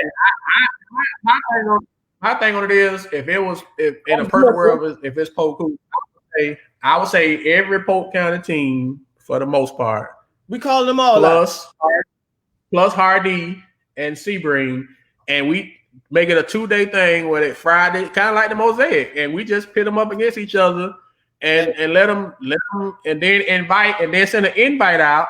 Hardy and Sebring play. It's mandatory. They don't even got an option. Hardy and Sebring got to play, we ain't writing about them no more. We ain't talking about y'all no more. And then the thing, bro, we send an invite, a flyer, whatever you want to say, out to especially every HBCU, and some, I guess probably we would need to look at something like being able to stream it, because I guess that's a new thing now, where you stream the stuff. And some coaches will pull it up online. Some coaches want to come and physically see, because you want to verify a kid is actually 6'5" and not 6'2", because the coach wanted his program to look, a certain way. So we get all that, but I just think it would be a great opportunity. Well, Polk County basketball, they don't respond back to you, Polk hoops. I just think if they don't respond back to you, Polk hoops, next Thursday, Tuma tape. I'm calling them out. We ain't gonna be talking about these guys no more. They don't want to put together something good for these kids, for the county. It's a state of emergency. We're reaching out to every coach plus Hardy and Sebring to come together about a preseason tip-off type deal, a Polk County showcase, and just see where it goes. That's what we're saying. Oh yeah. Yeah, we'll get the answer from McGriff tomorrow, but we gonna the rest of y'all, Coach Blicher, if you done doing your training, we better. Yeah, we having lunch. Me and Tuma having lunch with McGriff tomorrow, so that's definitely that's one of the topics of conversation. Hey, you heard me. Look, all you do is say no. All you do is say no. They say no. We calling them out. What'd you say about Blicher? I'm sorry. He gonna watch the show tonight after his training. And he's gonna text you the answer tonight. We gotta remember that. Coach. He not gonna run from One it. thing about Blicher, No. one thing Blicher last year, he ain't running from nobody. So no, we need the participation, man. If we're gonna do this. Wheatland, you sending messages with players. You gonna line them shoes up and support this case that we trying to do. You know what I'm saying? Who else we got? Who else we ain't called out yet? Coach Shaw be on here every time. He better respond tonight. I ain't seen it with Crawford. Oh, Crawford better respond. I ain't seen it with Crawford. Yeah, Crawford better respond with all that he was talking. Gent, we gotta get Gent in. We know Coach Smith ready. He ready. Yeah. Jimmy who? Gent. Jimmy who? Gent. Oh, yeah, Gent. Yeah, we know Gent. Gent will play. Yeah. And all they can do is say no. Soon. We need answers a year, and then we can move forward with getting the facility and host a great tip-off classic. You know what I'm saying? We don't want to guess it, Coach. Because they say no, they give us a fake reason. We just gonna sell them out on here. We ain't gonna talk about them no more. I ain't. We need that support. Let's make Polk kind of basketball big again. Because if it started off at the beginning, Mosaic gonna be even bigger because you got all of them playing against each other at the beginning, and it's just Polk County teams, including Hardy and Sebring. Then when they go into Mosaic, it's Polk County versus everybody, and we all supporting all of Polk County to beat on anybody that comes to Mosaic. You know what I'm saying? It won't be no hate, it's all love. We're gonna get it out early. You're gonna battle each other. You know what I'm saying? We're gonna pack the house. COVID gonna be done. We praying on it. We're gonna call it out. We're gonna call it resistance, and we're gonna have a great tournament. Shane Simmons just say that Lake Wells is in. He say Bobby Banks is the coach and he in. Did Bobby Banks tell you that, Coach Simmons, Shane? Did he say he's in? That's easy, bro. That's easy getting them in, bro. All right. That's Billy D people. That's family. So we ain't worried about Lake Wells. Hey, Billy D, y'all ain't win with 2 games last year. You talking about y'all leagues, man? Them 2 games. Hey, old school. You said you needed an answer. I'm giving you an answer that Lake Wells is in. We ain't said nothing about them winning 2 games. We just said you needed an answer from them. So right now, we got Lakeland and Lake Wells locked. Lakeland and Lake Wells locked in. That's 2 teams right there. I do know that Lake Wells got one of the top juniors. Yeah. Yes. They got the top. They got the top junior. He tough. He real tough. So what we'll do is we'll list all the teams. Maybe we'll list all the teams on the page of who we're gonna invite. No, I'm gonna design a flyer and I'm gonna put in like it's participating in no response. As they say yes and no, we're gonna say yes and no. We can update it. Yeah, we'll put that. That's very easy. And like you say, and then we'll just do an invite. We'll do an invite. Hey man, that's what we got going. We got these kids. We got these 2021 kids, 2022. I mean, we got some real good basketball. You want to be a part of it. You want to come. We just, I guess that's all we can do, man. And hopefully they'll respond to it. I guess Shaw, Crawford, Jen, all of them in the gym working right now. They ain't on the live today, so we can't get no response from them. So we'll get. Yeah. Don't you got an inside track to the Lakeland Center? Yeah, definitely. Man, that might be the move. Yeah. Gent don't have social media, so in his defense, he don't be on here. So, but we got phone numbers, we got text messages, so we definitely gonna put. He got the mad rapper. Send him a message. Boy, y'all wild, boy. Y'all wild. Hey, and so then the thing is, we just gonna list the HBCUs, and the thing is, we can say that, and then we can send it to the coaches, the schools in Florida, because it's more than just Florida State, Miami, USF, UCF. It's schools in Florida. We can say Florida, Georgia, and the HBCUs, and just invite them to come. I mean, a Georgia school can just get in the car and drive down. Florida can drive down, and hopefully it'll be something that, I think either what's name would be a good look too. I don't know. We can reach out to BG. Polk State might be a good look too. It's kind of central. It's a good venue. I know you had a tip off last year with some Polk County teams in it, so I'm sure BG when. Yeah, that might be the move. It might be easier. Yeah, Polk State. Do it at Polk State. Do it at Polk State. Yeah, I mean they used to have the Josh tip off there. That might be the move. Yeah, and the thing is, it can be the Jaja, it can be the Brandon. We don't have to say Polk hoops on it. We just want to get the kids playing and give a chance for folks to come and check them out. If at least put it out there, and you will hope it will put together a good buzz for the city. I mean, for the county, just like the summer league when it's at Arbondale and all the teams there. It'll be a good buzz. Even if nobody show up, it'll be a good buzz. And then we thinking if we invite, hell, how many HBCUs it is? 100 HBCUs, and it's like 15 schools in Florida, 15 in Georgia. We invite 100 plus people, and even if 10 show up, that's 10 more than than possible, than it was previous. So I just think that maybe we can look at. I don't know, Billy D. This is more your area, not necessarily all of them, but then I don't know about that because you don't want to leave nobody out. I'll just say a couple of girls' games, but it ain't. Maybe the only tough thing about that is that the weeks are usually off by a week, so it might be an official girls' games during that time instead of a tip-off preseason. So we could get some official games in there.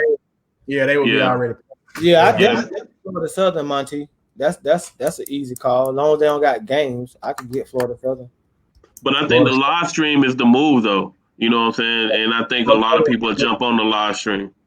Either Florida Southern or Polk State with that college-type stadium, and then, like you say, Florida Southern will be real good if we can get either one of those two.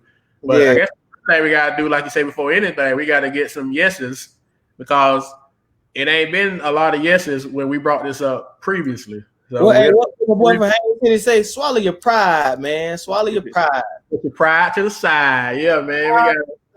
We got to put your pride. So we got to go back. We got to go back to revisit. And just so you all know, this ain't the first time we've talked about this off the air, and we've put it out there. So we'll revisit it. And but we brought this up before this. We've been having this conversation. This is just the first time we've had it on the air. Yeah, it's a lot of stuff coming down the pipeline. We're talking coaching clinics, player development type things. So hopefully we can build, from here. My boy Timo say we need some girl coverage. I want to make the announcement now before we get off. We got a very special guest coming in next week. We got the WNBA star, the Polk County legend, Miss Tiffany Hayes will be on the podcast next week. So Timo, excited about having her. Y'all got anything else, man? Yeah, before we leave though, man, because Tiffany Hayes, she opted out this year, right? Yeah. The NBA players, so they decided they wasn't going to play, and then now all of a sudden that they're playing. Do y'all think that diminished, the message that they were trying to send? Well, Tuma had a take on that this morning in the gym. I don't know if I just think that a lot of people said, what was the point? Because it ain't going to really change nothing. My thing on it is you got to start. I think you got to start somewhere. I mean, if you don't start something, then you're going to be in the same boat. So I don't know if it diminishes it, but I think it brought awareness to it, even if it was just for, a day. I did think it. I think they used their platform to the best that they felt they could to bring awareness. I don't know what the background is to why they, decided to continue to play. But I thought it was very powerful statement because it was a baseball teams that did the same thing. So it brought awareness, even if it was just for one day. So I don't know long term, but not only was it baseball, it was soccer. Soccer didn't play yesterday. WNBA. Football didn't practice. Yeah, WNBA. The tennis star, the girl that's Black and Japanese. I know she made a major statement too. You know what I'm saying? So that's where their power is at. I think they are able to do something that the everybody else will follow along because the NBA has more of a voice, more of a power of a voice than most of the other ones. I told Barnes this morning, like, if one gonna do it, all need to do it. If it's gonna be something that's very valuable, you know what I'm saying? If they boycott it and say we done with the season, and then football start playing next week, what's the plus to that? I think all of them need to. And it was said, I asked this question in another group, and it was like, oh, it's the players. They're all professional athletes. All of them need to shut it down. And they're gonna do it that way. You know what I'm saying? But to me, the rules and the laws need to change for police officers, not how the athletes boycott. It needs to be. They need to be held accountable like we will be held accountable for whatever we do. We're innocent until proven guilty. We got to go to jail. We got to hire lawyers. Well, they police or not, they need to be charged right off rip. Like the sad thing is, though, Toomer, the rules and laws are already there. They're just not enforced. You know what I'm saying? And that's what's sad. Like, they're not charging people. They need to charge them. Exactly. If they rat off the rip, look at that video, investigate what happened off of the witnesses, one of us would be locked up. Correct? For sure. It happened. It actually happened in Minnesota. It need to be the same way with these cops, man. They got power and it'll change then, bro. I think it'll definitely change when you got 10 and 20 of them getting locked up and they got to sit in there with no bond for a whole year waiting on the trial. It'll change the minds. My thing is, you know, I agree with that, but I'm not more concerned about myself because I work with kids, man. It really saddens me to try to prepare these kids to deal with those situations like that, you know, and that's tough. You know, it's just not about. It's about survival out here, and it's crazy that you have to deal with those type of situations. Man, we just so smart, man. I mean, like right now, it ain't about how being cocky you can be about something, man. People say lay down, man. Lay down and give you another day. You can't, you know what I'm saying? It's just you see so much of us just disrespecting, and then they got power with that gun. I'm just lay down, just stop it. You know what I'm saying? Because they they're abusing their power right now, and it's sad, man. And they only doing it at us. Agreed, because they all get pretty much the same training, but when we see video after video, man, the show with the white guy. Exactly. And he shoved the guy. He just tased him. It's crazy. You know, if that's one of us, they don't even have a taser out. You know, it's sad that, especially when I had my boys, we had to have these conversations. Yeah. You know what I'm saying? Because, you know, even though I don't have any kids, those kids were my children, and I treat them as such. And it would be devastating for somebody to give me that call, and I see one of my kids on video being basically murdered. You know what I'm saying? Being a hashtag. You know, it's bigger than basketball. It's bigger than sports. You know, and it's sad that we're in a country and that these things happen, and it's been tolerated for such a long time. And, you know, everybody's saying, you know, go vote. But tell you the truth, voting is not going to change that. You know, it'll help influence it some. But, you know, we really, it's got to change at the local level. Yeah. You know what I'm saying? Change got to start at the local level. But the people at the higher levels need to set better examples. You know what I'm saying? If you're going to be a leader, you know, leadership comes with certain qualities. You should have certain characteristics. But that should trickle all the way down to the local level. We need to be more involved locally, build more relationships locally with these police and having them involved in the programs with the youth. Because right now it's a disconnect and it's bad. We definitely got to talk to our kids, man. We got to, you know what I'm saying, so they can understand what's going on and just kind of, you know, teach them what's the right thing to do. Because right now, I mean, we at war, you know, and it's just what's the best way to be smart, you know, because, again, we learned to be so disrespectful, and it's causing problems for us, like, because we're not following the rules. So we got to try to teach them, yo, this is the right thing to do at this time. You know what I'm saying? The same way we used to always tell kids, just say no. Now is the time to just, teach them the right way of what is the right thing to do. But I get that, but then it's sometimes, and to your point, Billy, I just think that bringing awareness, you gotta start somewhere. I mean, we know we got to do stuff at the local level and, leadership, but we got to start somewhere. So they felt like they were starting somewhere. So I applaud them, even if it was for one day. But I mean, we teaching our kids and to follow rules. But then it's sometimes we're like with Breonna Taylor, where how much more rules can you be following than you in your house sleep? I agree. It's just, I just think we got to bring some awareness. We got to make the people that can impact the change actually view it as something that's important enough to get their attention to make the change. Does that make sense? It's like, to a lot of the people, the policymakers and people, it's not important. And you hate to say it, it's just not important. So how can we get your attention so that you can pay attention to this issue or these issues and actually work to make legitimate change? Well, one way is if we got a platform that you can't walk away from or you can't ignore, then I can make you have to look at it. Now, even if it was just for one day. So the fact that they shut everything down from a basketball perspective for 2 days. What I'm saying, well, it was yesterday, but you had to pay attention to it. It was front page news. It led every story. It created conversation last night. You had different people that was, so I think it starts there. Now, what does it go after that? That becomes the big question. What now? What? I guess that's Coach Billy D's point.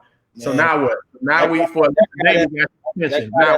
title. That guy that holds that title don't care, and that's where the problem lies. That the guy that holds the title, he don't care, man. And look at it. He made an executive decision about something a couple weeks ago, but something like this he ignores. So it's kind of just like, vote, go out and vote, man. I just and so what we can do is, like you said, we can do our part to make sure that our kids, like Billy D say, they all our kids, and hopefully with Polk Hoops, one thing we for all kids, we for everybody being successful, we for everybody. That's why you don't see us saying nothing negative about a kid, about a team, about a coach. If we rank you, we ranking you, but we ain't finna be running down no kids, running down no coaches or program. That's just, it's enough of that in the world that we're not gonna do it here, and we're not gonna be having people on the page all negative and stuff. We enjoy healthy debate. You ain't gotta agree with her. I like Ms. Cobbs for even just getting out there saying what she said about, it wasn't a disrespect to him. She just spoke truthfully for us to have a conversation about. Right. And we ain't gonna always agree, but we gonna make sure that we doing stuff the right way. That's all we can do. So we need to start getting some players on here, man. These coaches let Prep Hoops interview the players, man. They should let us talk to the kids. Well, and so maybe we can reach out to some coaches and get some of the kids that were ranked, or just wasn't ranked. I don't know. We can start with inviting players to come on and just, we had a couple that came on, the Bartow kids came on. So I agree. I think that's a good thing too, to just let them talk. And so maybe we can have one or two on next week with Tiffany. I know her time is pretty tight. So I know we ain't gonna have one that long. So maybe we can try to get a couple kids that's not from Bartow. So, folks say all we do is reach out to Bartow kids. So maybe we can start with some. We already did Bartow, so maybe we can get a couple kids from a couple different other schools to get on and have conversations. So we can reach out to some coaches and see how they feel about it. And I think that's a good idea. So that's all we can do is keep the conversation going, try to make this positive, try to showcase kids, showcase Polk County, which is what we say we was going to do anyway. So that's been our process. That's what, man. Don't get upset about the rankings. Don't be coming at us all sideways. I asked a question earlier. I ain't got no answer. Who we supposed to take out of the top 10 and move other kids in? We ain't get answer. Well, and the thing, like Coach Billy D said, these are summer, and I don't know if people even got that. It just, it's a summer edition. We haven't seen any of these kids play we haven't even, most of these transfers we haven't seen. They coming from out of state playing Polk County. So when we do the preseason, when we do the rankings again, it's a great chance that they'll change. But as of right now, that's what it is for the classes. Now next week, starting Monday, we're gonna do overall rankings. That's 21 through 24. So we're only gonna do 20, the top 20 for 20. And so I'm sure by this time next week we'll be down to the top 5. We'll do 20 through 6 by the time we come on next week, and for the summer, and just kind of once again continue the conversation. We showcasing kids, we putting stuff out there, and that's all that's our goal to do since we started this, and that's what it's going to continue to be. It'll be trash for a lot of people, not us, but a lot of people are going to say it's trash, and we get that. But hey, what can you do? Try to be consistent. Try to do the best you can. That's all you can do. Yeah. So, anything else, Coach Billy D, man? Oh man, I'm good, bro. Hey man, it's another good week, man. It's another good week. We just got to keep it going. Yes, sir. We appreciate y'all. And by this time next week, based off tuning and call people out, we'll have some feedback, hopefully, from how coaches feel about this possible showcase, and maybe we can start to play around with some games on the air. We can play around with some matchups and let folks kind of help us out with it. But we'll Mad Rapper already. Mad Rapper didn't come on today. Hey, boycotting. We take it though. Hey, we had enough people on. We had a great show. We thank everybody for tuning in and hanging out with us again on Thursday. We'll do it again next week. Lord's will, everybody stay safe out there. Not congrats, but shout out to all the kids. School started this week. They back in, whether you e-learning or whether you face-to-face, please make sure you stay safe. If you start Bartow for the City of Palms, they in the tournament, right? Yeah, they in there now. They not the series game. They in the most prestigious tournament in the county. So we want to make sure though, but all y'all kids, man, make sure that you start strong, be consistent, and because once again, I saw Miss Cobb said something about taking the test and the academic. Taking it now. 10th grade. If you're in 10th grade, you need to be taking the ACT and the SAT, not the prep test. If you're an student athlete, take the test now, whether you fail it or not. You can combine score. You still can combine scores, right? Still can super score. I advise taking the test 10th grade. Take that test, man, and build your scores up. Prepare yourself now. You're on mute, Billy D. You're on mute. Okay, my bad. I don't know if you know, but NCAA already threw out ACT, SAT for next year. Oh, so all you do is get the good grades. Yeah, we did talk about that. Yeah, they threw out. Oh, e-learning, boy, you need to have a 4.0. Hey, figure it out now. Hey. It's a great opportunity for athletes to take advantage of it. I still would put yourself in a good position because you still got to pass the admissions part of it. But, it's a great opportunity right now. That's one less thing you got to do. So make sure you're getting strong with your essays and stuff like that. The whole process. Just be a student of the process. Don't let it creep up on you and you be missing something and not be in a position to if a coach do come calling, that you ain't got all the boxes checked off and then they're not able to get you on campus or get you where you need to be. So we're going to do our part to help with it, keep bringing awareness to it. And that's all we can do, and hopefully we can get some of these kids to some of these schools, hopefully a couple of HBCUs, in this 2021 class and see what happens. All right. So, all right, y'all be safe out there, man. And we'll be back at it again next week. Sun don't, the creek rise, sun don't shine. We'll be back next week. One of them old people sayings. Y'all get it, but appreciate y'all. All right, fellas, y'all take care. Yes, sir. We going.